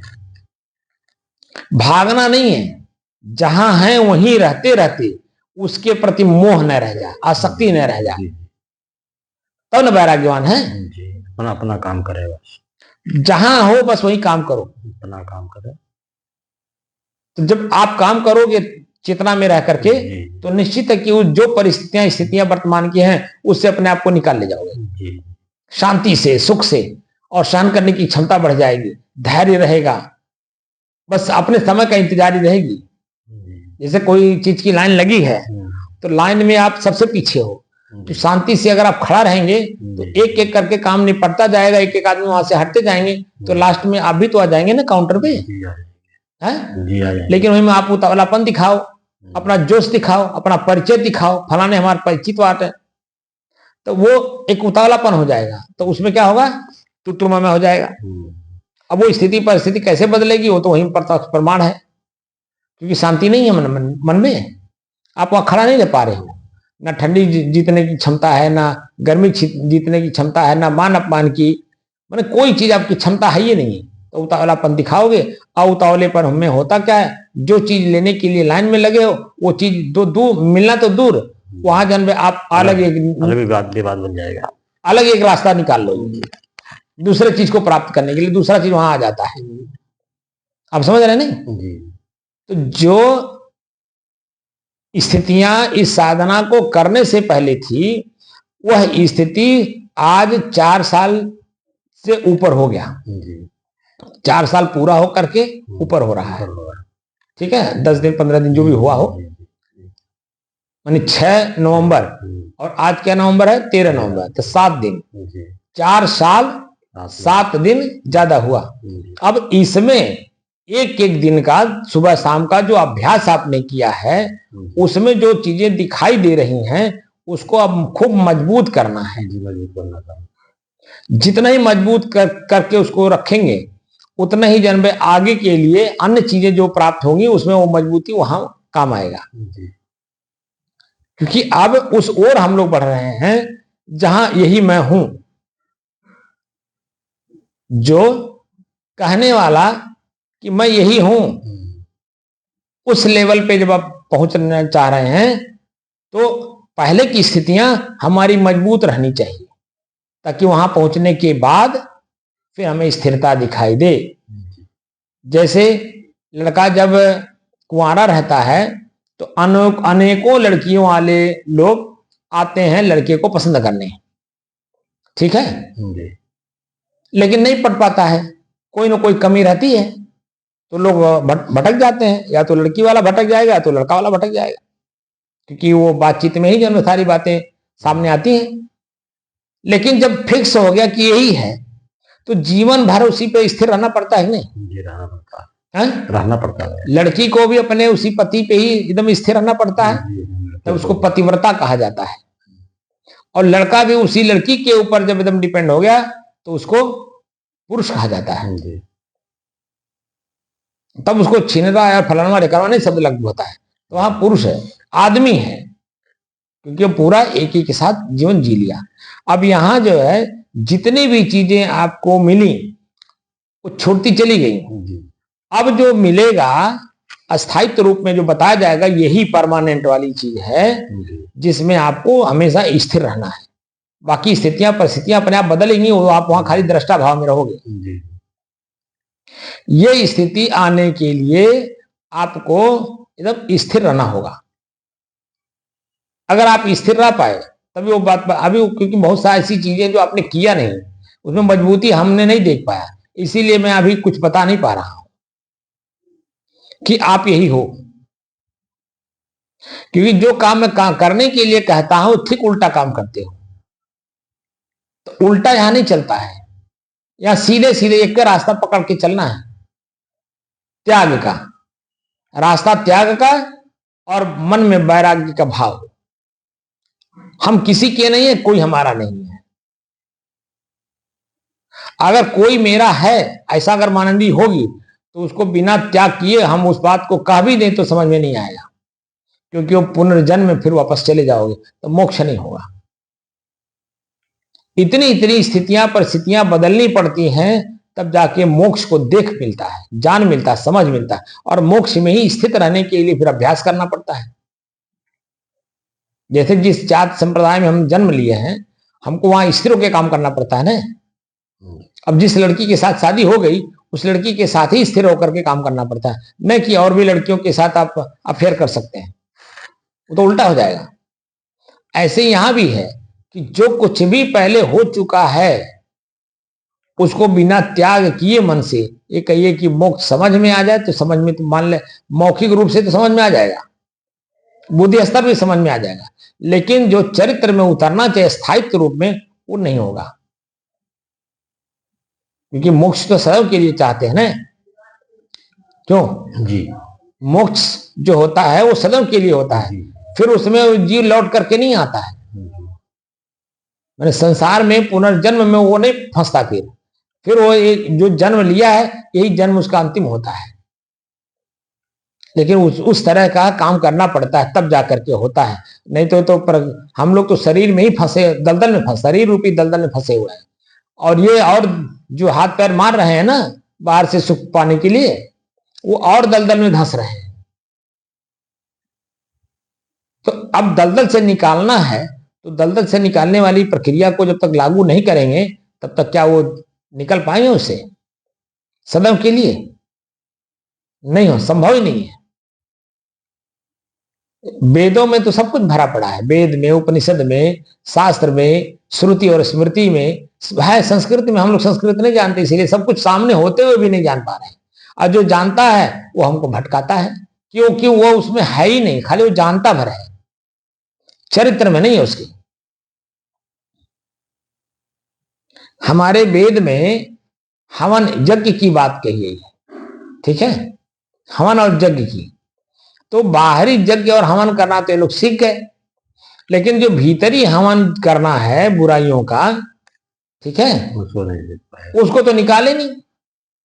तो जिस एक सामान्य आदमी जिस वासना में फंसा हुआ है, तो एक विशेषज्ञ व्यक्ति भी अगर वासना में फंसा हो तो बता दीजिए कि उसका क्या मतलब है? कुछ सार निकला?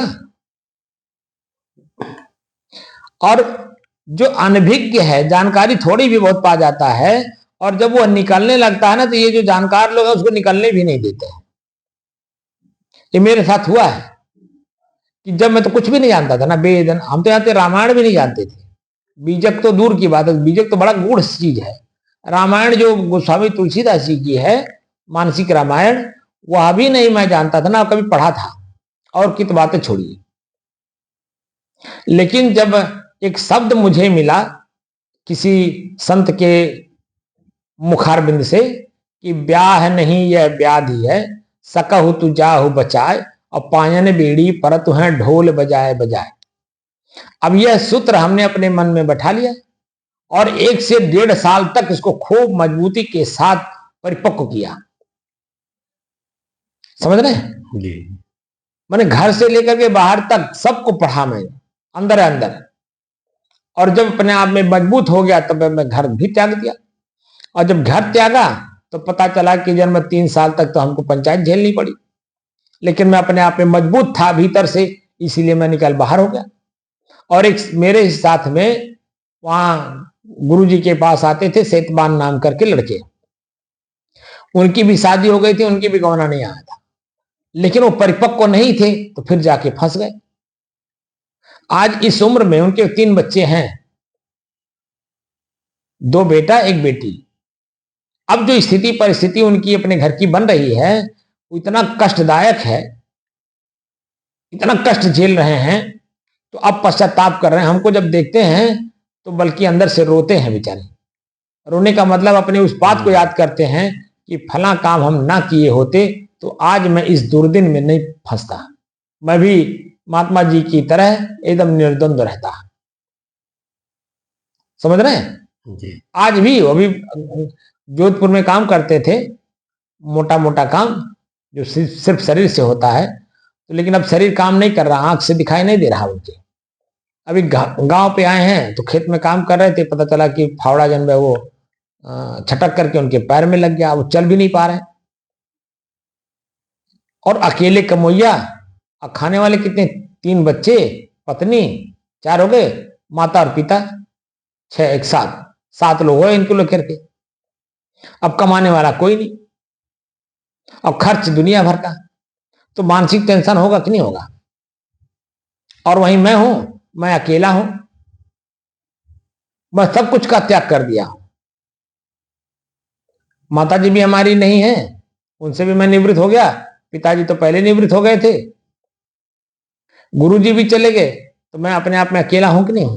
और मैंने कोई त्यागी सन्यासी साधु भी नहीं बनाया अभी कि जिसका भार मुझे लेकर के ढोना पड़े, क्योंकि कोई त्याग वैराग्य वाला मिले तब तो उसका भार लिया जाए। जब कोई त्याग वैराग्यवान कोई दिख ही नहीं रहा, वो तो बाहर का लेना चाहता है। जैसे आश्रम में जो आप विकास करोगे वो दिखाई देगा, बड़ी बड़ी बिल्डिंगें, बिजली, पानी, पंखा, एसी, वो बहुत सारे लोग इसमें आएंगे। और बहुत लोग आके कहते भी हैं महाराज जी आपके पास तो करोड़ों की संपत्ति है। हम कहते हैं भैया ले लेता तो बड़ा नीक रहा, मजाकिया लहजे में कहता हूं, भैया ले लेता तो बड़ा नीक रहा, लेकिन ले उतना ही पेबा, कहे कि घर गृहस्थी त्याग नहीं पेबा, पत्नी छोड़ी नहीं पेबा, और जो कि ये समाज का संपत्ति है और समाज उसी को सौंपेगा जो त्यागी बैरागी होगा। हमको इसीलिए सौंपा है क्योंकि मैं त्यागी बैरागी हूं, इसलिए मुझे पकड़ा दिया है। लेकिन मैं किसको पकड़ाऊं, कि मैं घर दे नहीं सकता, घर में मेरे कोई है भी नहीं, ना बेटी है ना बेटा है, मैं उनको दे भी नहीं सकता, अगर हो तो भी नहीं दे सकता, क्योंकि ये सामाजिक संपत्ति है। तो बाबू ले लेता तो बड़ा नहीं खराब, तो बेचारे भाग जाते हैं तुरंत। तो ये स्थितियां हैं। तो हम तो एकदम बिल्कुल निर्द्वंद है, किसी प्रकार का कोई द्वंद्व नहीं है, न त्याग मार्ग का न गृहस्थ मार्ग का, कुछ नहीं, एकदम बिल्कुल निर्द्वंद हो। और इसी निर्द्वंद स्थिति को पाने के लिए हमारे गुरु जी कहा करते थे कि जो साधु बनता है उसका परिणाम है निर्द्वंद, निश्चल, निष्फिक्र, निश्चिंत।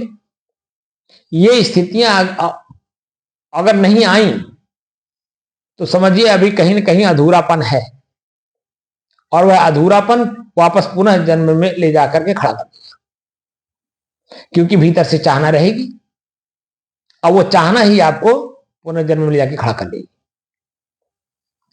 तो हमको तो सब जितना बिया है मन में जागने वाली, वासना की, कामना की, इच्छा की, आकांक्षा की, सब भून देना है। बिया कच्चा अगर आप खेत में डालेंगे तो निश्चित जामेगा, लेकिन वही बिया आप आग में भून दीजिए तो वह जमेगा क्या? वो तो सड़ जाएगा उसमें। बात समझ रहे हैं? तो यहां आग क्या है जिसमें भूनना है? वासना हमको कच्चा बिया है, और वैराग्य उसमें भुना गया। तो जब भून दिया गया वासना को वैराग्य में ला करके, तो निश्चित है कि पुनर्जन्म नहीं होगा, वो तो सड़ जाएगा, खत्म हो गया। इसीलिए वैराग्य अगर हमने धारण किया है तो वैराग्यवान बन करके ही काम करना है, और अगर वैराग्य का काम नहीं किए तो वैराग्यवान नहीं। और वैराग्यवान हुए बिना मैं कौन हूं का परिचय निश्चित नहीं हो पाएगा, क्योंकि वो तो जो आपने धारण किया आप तो उसको परिचय करने में लगे हैं। तो बाहर की चीजें हो गई ना, भीतर की चीजें परिचय नहीं हो पाई। भीतर की कि कौन कौन सी चीजें मैं भीतर में रखा हूं। तो अब कितना आप अपने आप को हल्का समझ रहे हैं। जो मोटी मोटी चीजें आपने पढ़ा, सुना या अभ्यास किया था वैष्णव संत के नियम के अनुसार, वैष्णव परंपरा के नियम के अनुसार, तो उसमें कितनी आपको समझ में बात आई और छूटा कितना? वो प्रक्रिया सब छूट गई उधर से। राम राम लिखना छूट गया, बैंक बनाना छूट गया, लेकिन उसमें अभी खोजिए, अभी बहुत कुछ पकड़ के रखे हैं। जैसे अयोध्या में जो मंदिर बनी हुई है आपकी जात वाली, वो जात की अभी वो मन में रहती है, मैं फला जाति में जन्म लिया हूं, फला समाज का मैं हूं। ये सब भी त्याग करिए। आप समझ रहे हैं? हाँ, नहीं तो वो कुछ भी अगर रह जाएगा मन में, मैं ऐसा हूं, मैं ऐसा हूं, अगर मन में कुछ भी रह गया ना तो निश्चित है कि उसी में आओगे, मैं ऐसा हूं, मैं कुछ नहीं हूं। जब तक नहीं आएगा तब तक मोक्ष होगा नहीं। बात समझ रहे हैं? मैं साधु हूं, मैं बहुत समझदार हूं, मैं ध्यानी हूं, मैं अज्ञानी हूं, मैं ज्ञानी हूं, मैं हूं के बीच में जो भी शब्द लग रहा है, जब तक वो रहेगा तब तक आपको जन्म धारण करना पड़ेगा। मैं हूं खाली शेष रह जाएगा, पुनर्जन्म से मुक्ति मिलेगी। बात समझ रहे हैं? इसलिए अपनी जो साधना है परिपक्व करिए, उसी में योग्यता, जो कल मैं बताया था ना, योग्यता युज धातु से बना है ना जी। तो वो योग्यता अपने आप में धारण करिए कि मैं मुक्त हूं कि नहीं। तो मैं मुक्त हूं जब प्रश्न करोगे बार बार, तो मैं मुक्त किससे हूं? जो वर्तमान में हमारा आंख देख रहा है, जिसमें आसक्ति पैदा कर रहा है कि मेरे बिना नहीं होगा, वह काम थोड़ा सा धैर्य रखिए, दूसरे को दीजिए। जा बेटा करके आओ, नाती को दे दो, बेटा को दे दो, करके आओ। कुछ तो कमियां आई भी करेंगे निश्चित है, क्योंकि जो आप काम करोगे वो नहीं कर पाएगा, कोई न कोई कमी रहेगी, लेकिन वो कमी वो दूर कर, जब तक ना कर ले तब तक उस काम को उसी को करने दो, और उतने देर तक धैर्य रखो। जाओ नहीं, बिल्कुल मत जाओ। तब जन्म आप अपने को मजबूत करो कि मैं उससे छूटा कि नहीं छूटा। तो मेरे बाद जन्म जो बेटे लोग हैं या नाती लोग हैं जो मैच्योर हैं, ऐसा भी नहीं कि अभी नन्हे मुन्ने बच्चे हैं, तो वो काम कर ले जाएंगे। मेरे न रहने के बाद भी यह लोग अपना जीवन यापन कर लेंगे। शरीर में है तो भूख लगेगा ही, प्यास लगेगा ही, ठंडी गर्मी लगेगा ही, तो उससे अपना जो कपड़ा चाहिए, मकान चाहिए, भोजन चाहिए, वो अपने आप खुद कर लेंगे। हम लोग कमजोरी कहां करते हैं कि हम नहीं रहेंगे तो ये लोग कर नहीं पाएंगे। ये जो मन में बैठा हुआ है ना, इसको जब तक हम निकालेंगे नहीं तब तक तो पुनर्जन्म हमको जाना ही पड़ेगा। और निश्चित है कि आपके न रहने के बाद आपका काम वो बच्चे कर ले जाएंगे अपना। जैसे उदाहरण के रूप में आप अपने ही ऊपर ले लीजिए, आपके माता पिता भी यही सोचते थे जो आज आप सोच रहे हैं, तो क्या आपके माता पिता नहीं है तो आपका काम रुक गया? बोलिए। नहीं रुका था, नहीं रुका ना। चल रहा सब। ऐसे ही उनका भी नहीं रुकेगा। सब प्रकृति तो चलती रहेगी, तो सही। प्रकृति नहीं, वह स्वतः प्रारब्धानुसार वैसा उनका कर्म है ना, वो मिलता रहेगा, छूटता रहेगा, मिलता रहेगा, छूटता रहेगा, वो सब काम होता रहेगा। वो प्रारब्ध उसी को बोलते हैं। प्रकृति अपने आप में नहीं कुछ प्रारब्ध बनाती है। प्रकृति तो माटी, पानी, आग, हवा, आकाश हो तो ही है, लेकिन वो जो क्रिया आपके साथ हो रहा है, आपके साथ कोई अच्छा व्यवहार कर रहा है, कोई आपके साथ बुरा व्यवहार कर रहा है, इसका मतलब जो आपका पूर्व का व्यवहार है, जो आपने किया है, वह व्यवहार सामने वाला आपके साथ कर रहा है। बात समझ रहे हैं? जी जी। तो वो सब चीज होता रहेगा, उसमें नहीं कोई दिक्कत है, बशर्ते मैं अपने आप में कितना धैर्यवान हूं, प्रश्न ये उठता है। और जितने हम धैर्यवान होंगे, निश्चित है कि हमारी स्थिति मजबूत होगी। और अगर स्थिति हम मजबूत कर ले गए तो निश्चित है कि हम मोक्ष की ओर बढ़ रहे हैं।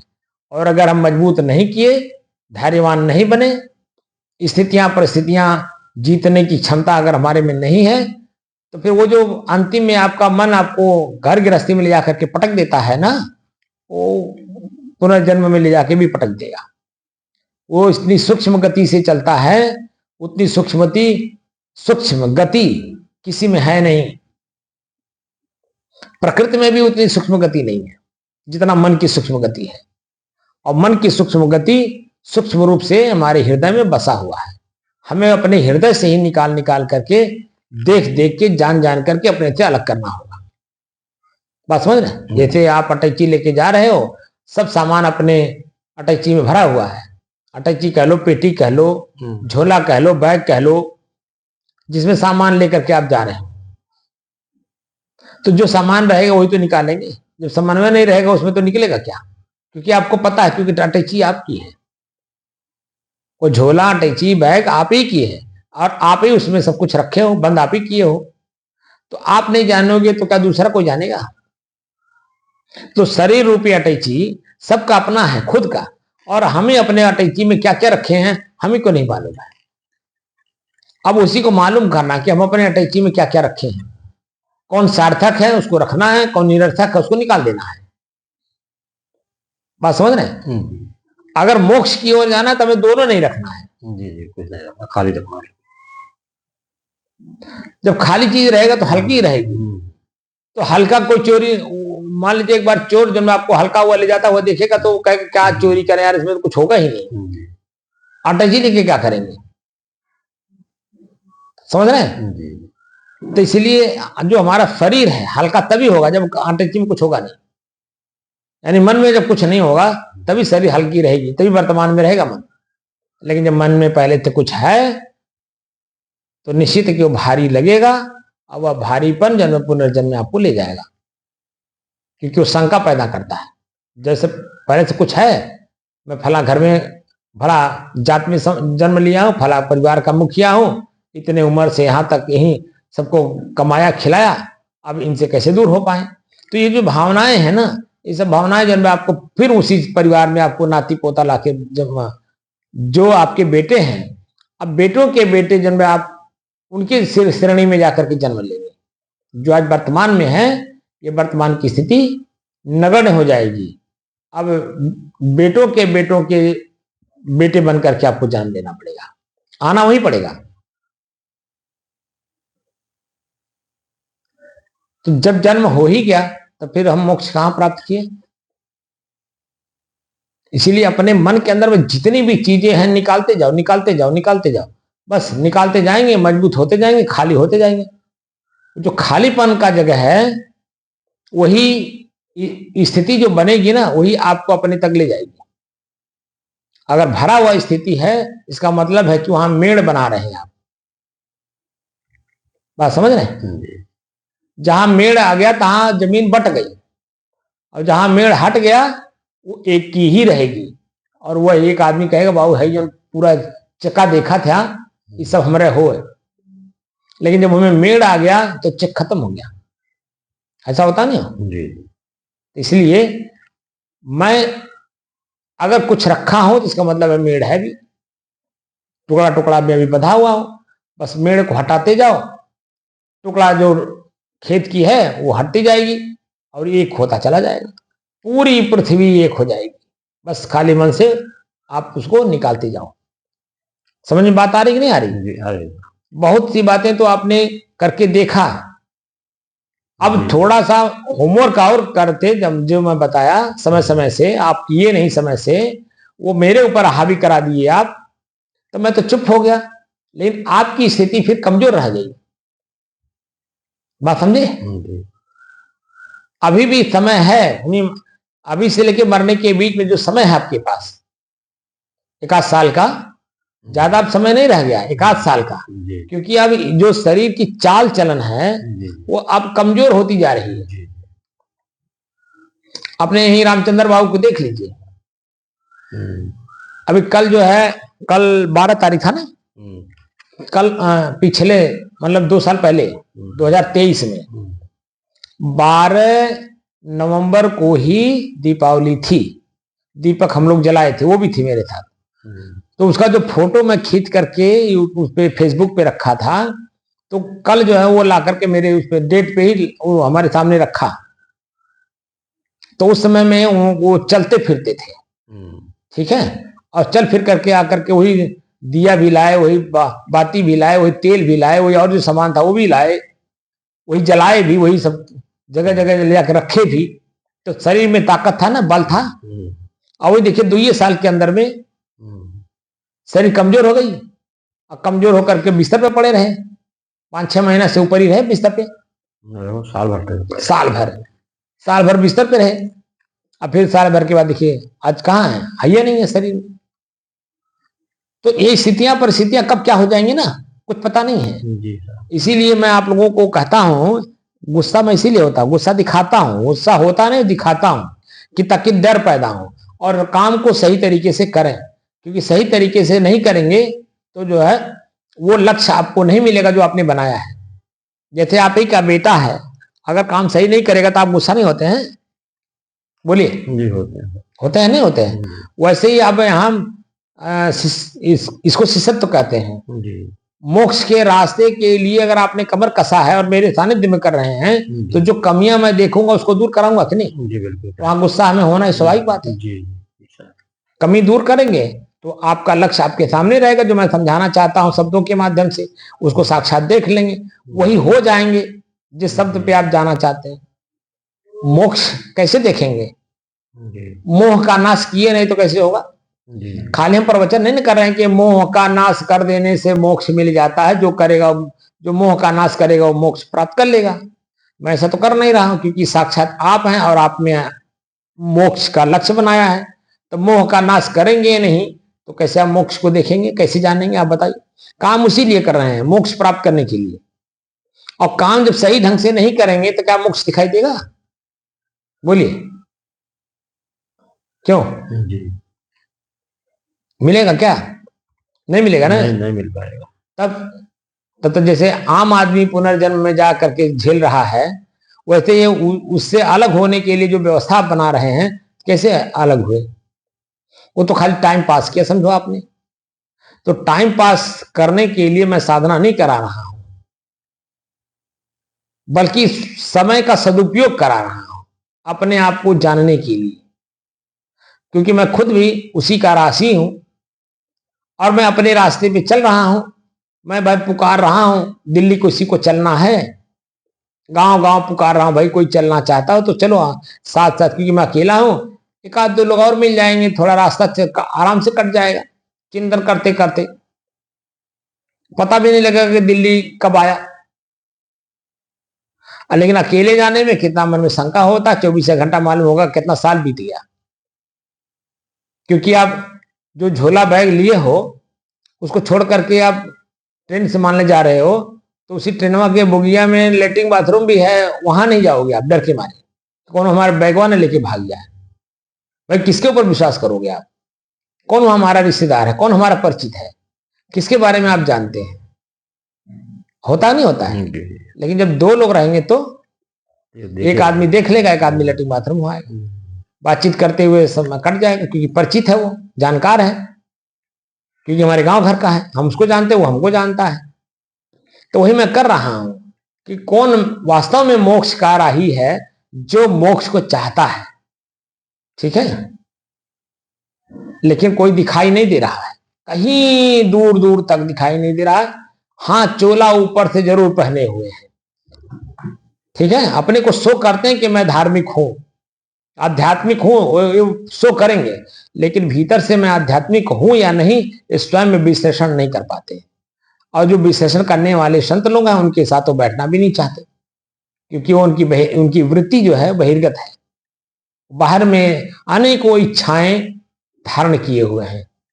तो यहाँ इच्छाओं को मारना है और अपने आप के परिचय के लिए कार्य करना है, समझ रहे हैं जी। और जितना ही आप काम करोगे उतना ही नजदीक जाओगे, काम ही नहीं करोगे तो नजदीक क्या जाओगे, तो जहां हो वहीं रह जाओगे।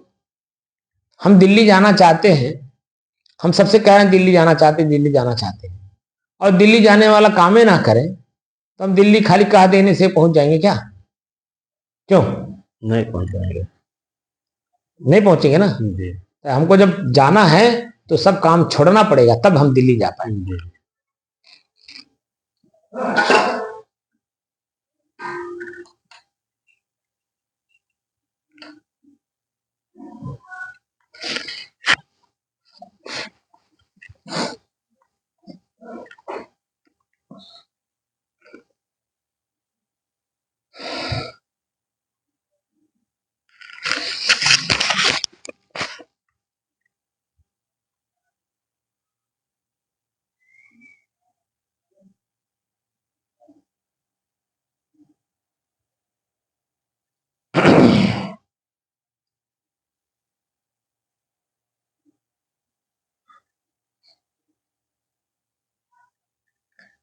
अपने ही चंचल मन को अपने ही बस में करके एकाग्रता, स्थिरता एवं स्वयं अपने आप में शांति का अनुभव करने के बाद स्वयं मैं कौन हूं को जानने की दृष्टि से साधना करते करते आज 1468 दिन हो गए।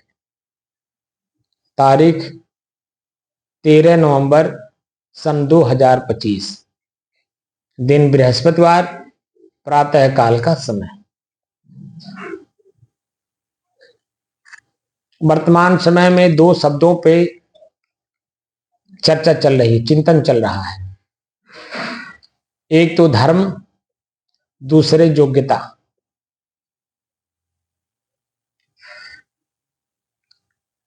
तो धार्यते इति धर्म है, ध्री धातु से धर्म शब्द बना है, जिसका अर्थ होता है धारण करना। और धार्यते इति धर्म है, जो धारण किया जाता है वो धर्म है। तो हम किसे धारण किए हैं? धारण करने वाली वस्तु अलग है, धारण करने वाला अलग है। तो जो धारण किया गया हमारा वैसा अस्तित्व दिख रहा है, लोग जान रहे हैं फलाने का बेटा साधु बन गया, इसका मतलब है धारण किया। क्या धारण किया? वैराग्य को। रास्ता क्या चुना? त्याग को। तो एक अलग रास्ते में दिखाई दे रहा, लोग बताते हैं, लोग अपने उसी तरह मन बना करके काम भी करते हैं कि फलाने का बेटा साधु हो गया, राम लखन दास नाम है।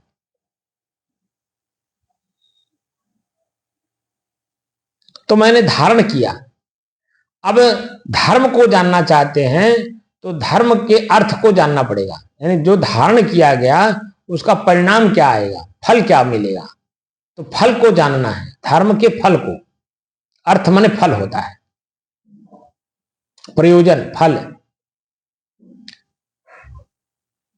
तो धर्म को जानने के लिए जब अर्थ निकालेंगे तो स्वभाव होता है। तो जो धारण किया जा रहा है उसका अपना स्वभाव है, उसको हमने धारण किया तो उसके स्वभाव में मैं दिखाई दे रहा हूं। लेकिन अब धारण करने वाले का स्वभाव क्या है? स्वभाव, स्वयं माने स्वयं, भाव माने कीमत। अब धारण जिसको हमने किया तो अपना कीमत बढ़ाया समाज की दृष्टि से, मैं त्यागी बन गया, त्याग मार्ग का अनुसरण किया और वैराग्य को धारण किया। तो वैराग्य जो मैं प्रयोग कर रहा हूं जीवन में, उसका अस्तित्व तो दिख रहा है, कि मैं शांति से हूं, सुखी हूं सबके सामने, और सभी लोग कहते हैं महात्मा बड़े अच्छे हैं क्योंकि वैराग्यवान है, क्योंकि बैर ना किसी से बैर कर रहे हैं, ना किसी से दुश्मनी कर रहे हैं, ना किसी से हितैषी जोड़ रहा, हित पना ही नहीं जोड़ रहे हैं, तो वैराग्यवान है। इसलिए सभी लोग अच्छा मानते हैं और बात पे विश्वास भी करते हैं।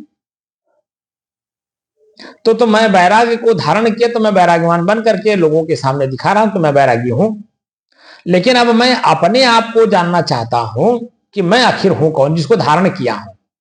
तो जो धारण किया उसकी वजह से मेरी कीमत तो दिखाई दी समाज में, लेकिन अब मैं अपने, मेरा अपना कीमत क्या है, अब हम उस पर लौटना चाहते हैं। अगर मैं न रहता तो धारण किसको करता, और धारण न करता तो मेरी कीमत कैसे बढ़ती समाज की दृष्टि से। तो मेरी अपनी कीमत खुद की क्या है, तो मेरी कीमत तो इतनी बड़ी है कि मैं ना होता धारण किसको करता, जिसको धारण किया उसमें दिखाई दे रहा हूं, और मैं खुद कीमती हूं, और कीमती ही नहीं बेस कीमती हूं, अनमोल हूं, मेरा कोई मोल ही नहीं है। वो तो मैं जिसको धारण किया उसका मोल दिखाई दे रहा था,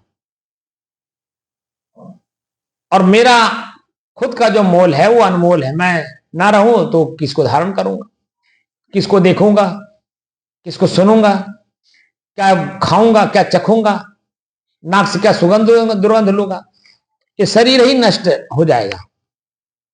लेकिन शरीर को धारण करके, ये शरीर को मैंने किस परिवार में धारण किया तो उस परिवार का अस्तित्व दिख रहा है, किस समाज में मैं उठा बैठा उस समाज का अस्तित्व दिख रहा है, मेरे जीवन में जो व्यवहार चल रहा है, तो उसकी वजह से मेरा अस्तित्व है। लेकिन मेरा स्वयं में अपने आप में क्या अस्तित्व है यही जानना है, तो वो है बेशकीमती, अनमोल। मैं न रहूं तो धारण किसको करोगे, कौन धारण करता है, मैं अपने आप में तो धारण नहीं करता,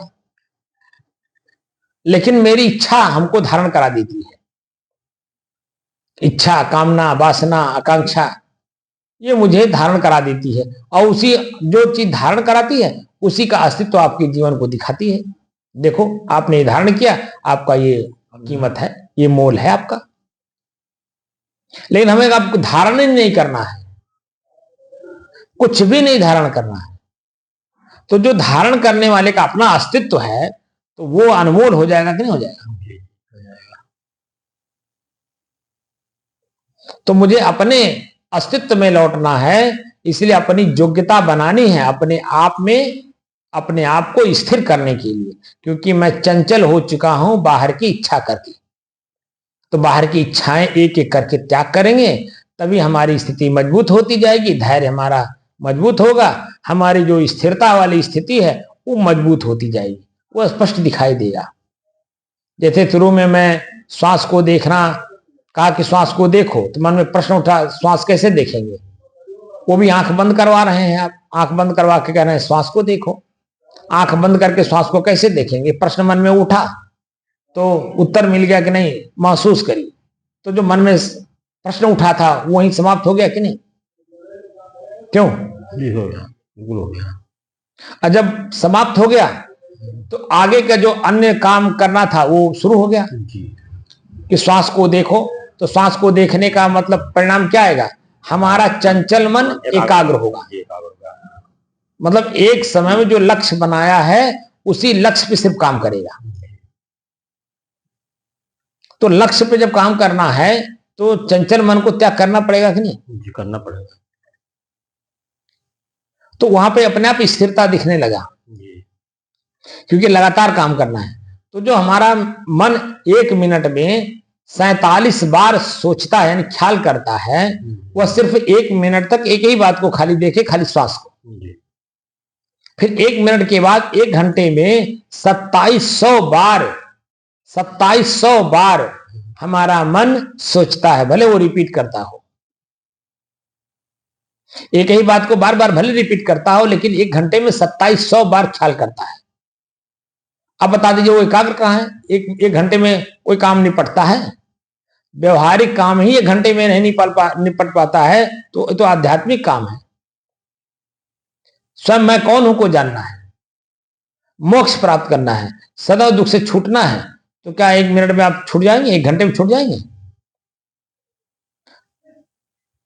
और 24 घंटे तक लगातार अगर आप देखें तो शोध हुआ है इस पे, मैं अपने मन से कुछ नहीं कह रहा हूं, शोध की बात कर रहा हूं कि 1 मिनट में जब 47 बार सोच रहा है और 1 घंटे में 2700 बार सोच रहा है, तो 2700 गुणे 24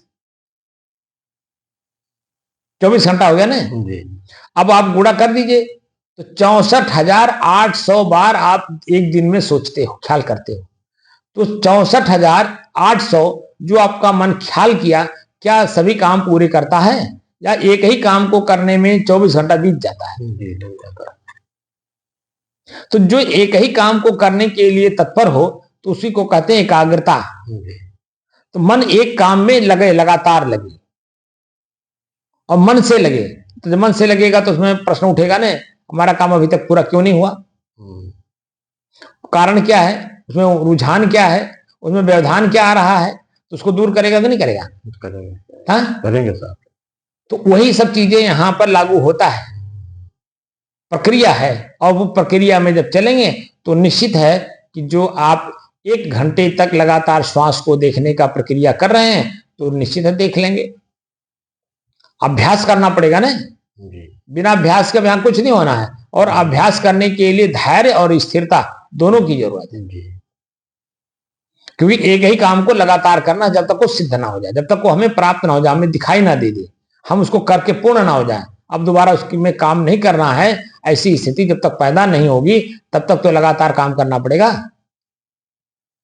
अब वो 1 दिन में होगा कि 2 दिन में होगा कि 4 दिन में होगा कि 6 दिन में होगा कि महीनों दिन लग जाएगा कि साल भर लग जाएगा, या कोई भी काम तो पूरा जीवन भी निपट नहीं पाता है, तभी भी लगा रहना पड़ता है। तो ऐसी स्थिति पैदा करनी है जहां हम धीरे धीरे अपने आप में अपने आप को जान सके कि मैं यही हूं, स्पष्ट हो सके। तो काम करना पड़ेगा, तो उसकी क्षमता बढ़ानी पड़ेगी नहीं, योग्यता उसी को कहते हैं। हम मोक्ष के योग्यता, हम मोक्ष चाहते हैं, क्या हमारे अंदर में वह योग्यता है कि मैं मोक्ष को प्राप्त कर सकता हूं? ये प्रश्न मन में उठना चाहिए जी। तो योग्यता क्या है? जो धारण करना है। अब योग्यता को धारण करना है, तो योग्यता को धारण करके मतलब मन में बनाना है कि हमारी योग्यता मोक्ष वाली हुई कि नहीं हुई, तो उस तरह से कार्य करने पड़ते हैं। और कार्य जब करेंगे तभी वो निश्चित हमें दिखाई देगा। तो कल हमने बताया था ना,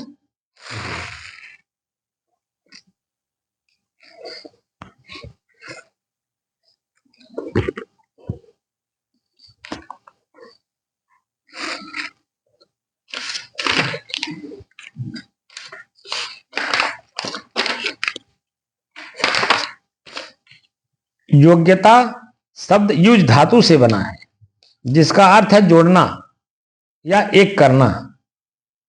योग्यता शब्द का प्रयोग ऐसे व्यक्तियों या वस्तुओं के लिए किया जाता है जो किसी विशेष कार्य, स्थिति या उद्देश्य को पूरा करने के लिए उपयुक्त या सक्षम हो। तो यहां हम लोग विशेष कार्य या स्थिति या उद्देश्य को लेकर के चल रहे हैं कि नहीं जी? चल रहे हैं। क्या लेके चल रहे हैं? आपका तो लक्ष्य है मोक्ष और मेरा लक्ष्य है कि मैं स्वयं कौन हूं। तो बीच में जो व्यवधान आ रहे हैं, उन व्यवधानों को तोड़ करके अपने आप से जुड़ने का क्या स्थिति बन रही है? क्या एक ही काम लगातार हम घंटों कर पा रहे हैं? ये तो योग्यता में आएगा ना। माने एक करना, यानी मन को खाली देखना, एक करना।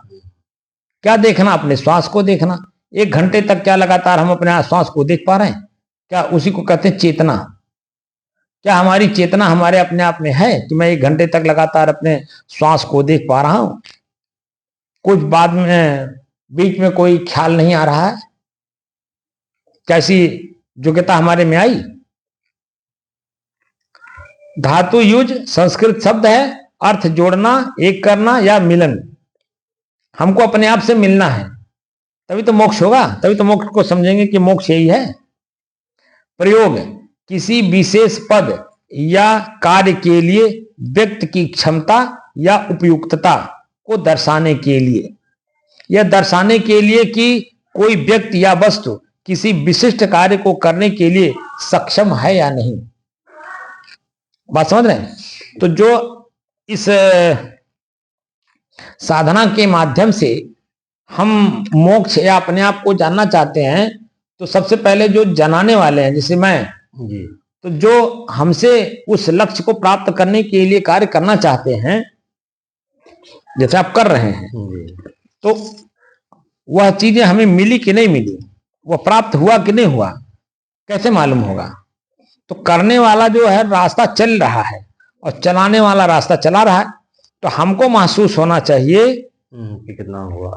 क्या जो सामने जिज्ञासु बैठा है, जो कार्य दिया जा रहा है वो कर रहे हैं कि नहीं, और कार्य के परिणाम में क्या उस चीज को अनुभव कर पा रहे हैं जो मैं अनुभव कराना चाहता हूं? तो ये मेरा काम है कि नहीं है कि इनके अंदर में जो योग्यता को देखेंगे तब तो हम आगे बढ़ाएंगे। हम जब अपनी योग्यता देखेंगे ही नहीं कि वह योग्यता के हैं कि नहीं, तो हम आगे काम कैसे करेंगे? योग्यता की परख हमको स्वयं में करनी है। तो कार्य करने की क्षमता को योग्यता कहते हैं। तो शारीरिक योग्यता, मानसिक योग्यता, पारिवारिक योग्यता, आर्थिक योग्यता, सामाजिक योग्यता, सब योग्यता को परख करके ही हमको अपने ओर बढ़ना पड़ता है। क्या मैं उस लायक हूं कि मैं अपने लिए सक्षम हूं कि मुझे किसी से रोटी ना लेना पड़े? जब मुझे किसी से रोटी लेना ही पड़ रहा है तो मैं सक्षम कहां हुआ? कपड़ा मैं क्या अपने से खरीद के पहन सकता हूं? तो मेरे में कपड़ा खरीदने की क्षमता ही नहीं, तो मैं योग्यता को कैसे धारण करूंगा?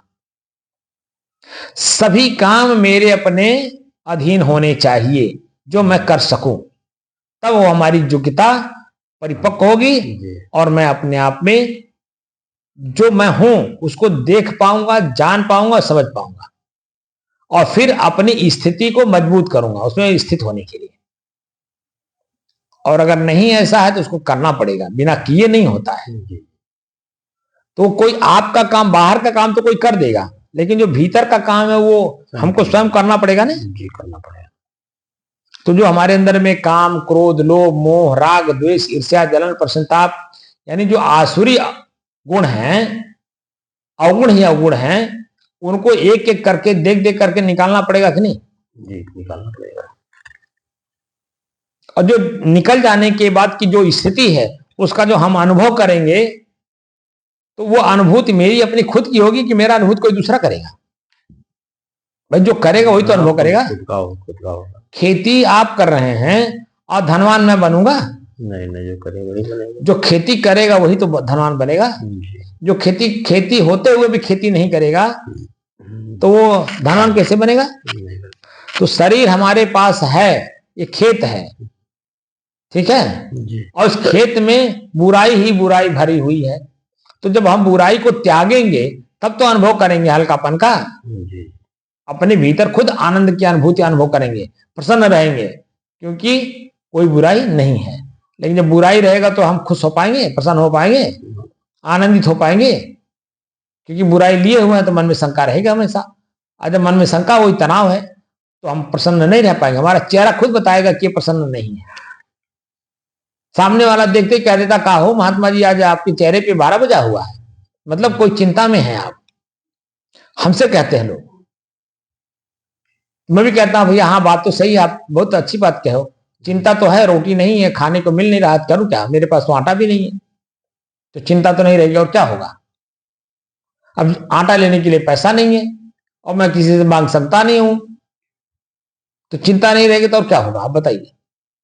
तो बिल्कुल आपने भापा, इसलिए कि मेरे पास आटा नहीं है, वो आटे का चिंता मेरे चेहरे पे साफ साफ झलक रहा है। यह मैं अपना उदाहरण दे करके हम सभी को समझाने की कोशिश कर रहे हैं। हम आपका उदाहरण देंगे तो आपको बुरा लगेगा, लेकिन जब मैं अपना उदाहरण दूंगा तो आपको बुरा नहीं बल्कि उसमें शिक्षा मिलती है कि जब महात्मा जी अपने में चिंतित हैं अपने काम के लिए, तो मुझे भी तो चिंतित होना चाहिए, और मैं भी चिंतित हूं। लेकिन चिंता मुक्त कैसे हो, प्रश्न तो यह है। चिंतित तो 100 के 100% लोग हैं। आजकल तो मैं देख रहा हूं कि 3 साल का बच्चा भी, 3, साढ़े 3 साल, 4 साल का बच्चा भी चिंता में है, चिंतित है, तनाव में जी रहा है, क्योंकि उसको 3 ही साल, साढ़े 3 साल में स्कूल भेज दिया जा रहा है, और स्कूल में उसको इतना होमवर्क लाद दिया जा रहा है कि वो बेचारा अगर घर पे आके करेगा नहीं तो घर वहां स्कूल में जाके मार खाएगा, इतनी उसको चिंता है। तो बता दीजिए, आज ही से जब बच्चे के ऊपर चिंता लाद देंगे तो उसकी मानसिक स्थिति कमजोर होगी कि मजबूत होगी? कमजोर होगी ना जी। तो हम क्या कर रहे हैं बच्चे के साथ, बताइए? को उसका हित कर रहे हैं या अहित कर रहे हैं? इतना भी हमारे को समझ नहीं है। बस ये है, देखी देखा पाप, देखी देखा पुण्य। बस वही है सर।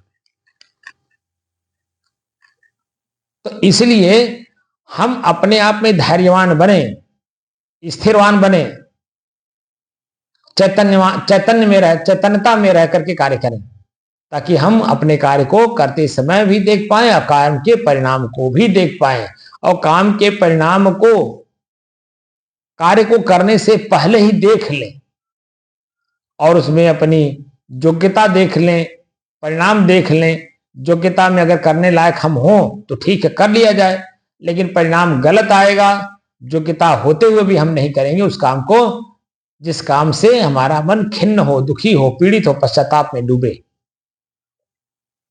क्योंकि परिणाम क्या आ रहा है? पश्चाताप। तो उससे अच्छा हम कर्म नहीं करेंगे। तो काम न करने की स्थिति जो हमारी वर्तमान की है, वो स्थिति काम करने के बाद जो बिगड़ने वाली थी, तो कम से कम जहां हम हैं वो तो हमारी सुरक्षित रहेगी कि नहीं? जी रहेगी। तो हम जो अपने को सुरक्षा प्रदान करने के लिए तो कार्य कर रहे हैं जी। पता चल रहा है कि हम सुरक्षित हो जा रहे हैं। तो हमें सुरक्षा खुद में चाहिए। तो योग्यता की जो परख है हमको खुद को करना है। तो कार्य करने की क्षमता को योग्यता कहते हैं। यह सभी जीवों में किसी न किसी रूप में अवश्य विद्यमान रहती है या विद्यमान है। यही व्यक्ति की कार्य क्षमता का प्रमाण होती है। विविध शैक्षिक संसाधनों के माध्यम से इसे अर्जित और विस्तारित किया जा सकता है और विस्तारित किया जा रहा है। सामाजिक उत्थान और देश की प्रगति के लिए योग्य एवं ईमानदार नागरिकों की आवश्यकता होती है। जब बताइए भौतिक जीवन में इतनी योग्य नागरिकों की जरूरत पड़ रही है, तो यहाँ आत्मिक जीवन में अपने आप में हमको देखना है। इस हेतु उत्कृष्ट शैक्षिक योजना का क्रियान्वयन आवश्यक है। शिक्षा व्यक्ति में गुणवत्ता का आधान कर योग्यता का निर्धारण करती है। पारिवारिक पृष्ठभूमि उसे मजबूत आधार प्रदान करती है। बच्चे में इसके प्रकटीकरण का आभास सर्वप्रथम माता पिता को होता है। वही उसकी योग्यता को परखकर तदनुरूप उत्तरदायित्व सौंपने के लिए उत्तरदायी होते हैं। इससे कार्य के प्रति निष्ठा जागृत होती है और कार्य सिद्धि अवश्यंभावी हो जाती है। अन्यथा असफल होने पर जीवन में अवसाद का प्रवेश होता है, जिससे होने वाली सामाजिक, राष्ट्रीय, मानसिक और शारीरिक का अनुमान भी नहीं लगाया जा सकता है कब क्या होगा। अतः संतान को जन्म देना ही माता पिता का कर्तव्य नहीं है। योग्य नागरिक बनाकर योग्यता अनुसार राष्ट्र निर्माण में नियोजित करना उससे बड़ा दायित्व है। इसमें थोड़ी सी भी असावधानी बच्चे का ही नहीं, समाज एवं देश का भी अमंगल कर सकती है। आइए बच्चों की योग्यता को परखकर सही दिशा देने का प्रयास करें। जब हम भौतिक जीवन में इतना सतर्क और सावधान रह करके बच्चों की सावधानी बरता रहे हैं, उसको एक सक्षमता दे रहे हैं, तो आध्यात्मिक जीवन में बताइए जो गुरु लोग हैं वह कितनी सावधानी बरताएंगे। सावधानी ही साधना है, ये बार बार बताया जा रहा है। और सावधानी हमारे जीवन में ना हो, सावधानी तभी आती है जब हम चेतना में रहते हैं। रास्ता चल रहे हैं, हम चेतना में हैं, तो निश्चित है कि रास्ता चल करके जिस मंजिल को हम प्राप्त करना चाहते हैं उसे प्राप्त कर लेते हैं। लेकिन जब हम अचेत अवस्था में रहते हैं तो वो मंजिल सही से चल नहीं पाते। पता चला रास्ते में कांटा गड़ गया, पता चला रास्ते में ही किसी गड्ढे में पैर पड़ करके अपने पैर को मोच करा लिए, यानी दुखी कहीं ना कहीं कर लिए अपने आप को। तो बताइए मंजिल कैसे पहुंचेंगे? जो आपका मंजिल है, जैसे आपको अपने घर जाना है, यहां से कम 300 मीटर दूरी पर है, लेकिन बीच में एक सड़क है। अगर बिना देखे सड़क को पार करेंगे तो जो सड़क पर चलने वाले तेज गति से वाहन हैं वो आपके शरीर को कहीं ना कहीं एक्सीडेंट कर देंगे ना। पता चला हाथ पैर टूट गया, पता चला घर जाने की बजाय आप हॉस्पिटल पहुंच गए, जो कि 10 मिनट में आप अपने घर पहुंच जाएंगे। लेकिन अब यही रोड क्रॉस करते समय अगर सावधानी आप नहीं बरते तो पता चला एक तेज रफ्तार गाड़ी आपको मार दिया, आपका हाथ पैर टूट गया, पता चला कि 1 इंच भी चलने लायक नहीं है, दर्द हो रहा है, पीड़ा हो रही, कराह रहे हैं, खून गिर गया, हड्डी टूट गई। अब तुरंत वहां से उठा करके वहीं से आपको अस्पताल लेकर के जाना होगा। अब बता दीजिए घर आने में फिर कितना समय लग गया। तो हर जगह जब व्यवहार में सावधानी बरतने की जरूरत है तो अध्यात्म में कितनी सावधानी बरतने की आवश्यकता पड़ती होगी, अब आप समझ लीजिए। यही हमारे गुरु संत ऋषि दर्शाते हैं कि अपनी चेतना में रहो और खुद को सावधानी से बचा करके चलो।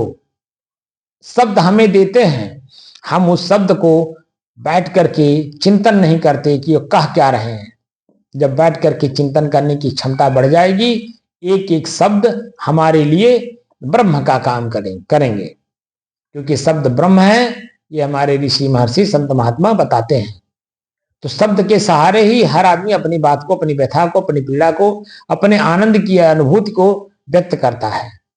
और शब्द के बारे में ही ना वो जान पाए तो बता दीजिए व्यक्त कैसे करेगा, या अपनी स्थिति परिस्थिति को कैसे समझेगा, कैसे अपनी स्थिति खराब स्थिति को बेहतर कैसे बनाएगा। तो शब्द को जब तक आप वजन नहीं दोगे, आप खुद हल्के हो, और अपना हल्कापन लेकर के समाज में जीने से अच्छा है कि कहीं कोई अच्छा कार्य करिए, ताकि आपका थोड़ा बहुत तो अस्तित्व रहे समाज में। और अपने आप में, सबसे पहले तो अपने आप में अपना अस्तित्व बनाना है। समाज हमारा अस्तित्व दे ना दे वो अलग विषय है। जब हम अपने आप में अस्तित्ववान रहेंगे तो निश्चित है कि समाज के लोग भी हमारा अस्तित्व समझेंगे और फिर उसका लाभ उठाएंगे। बात को समझ में आया जी? आ रहा कि नहीं? आ रहा।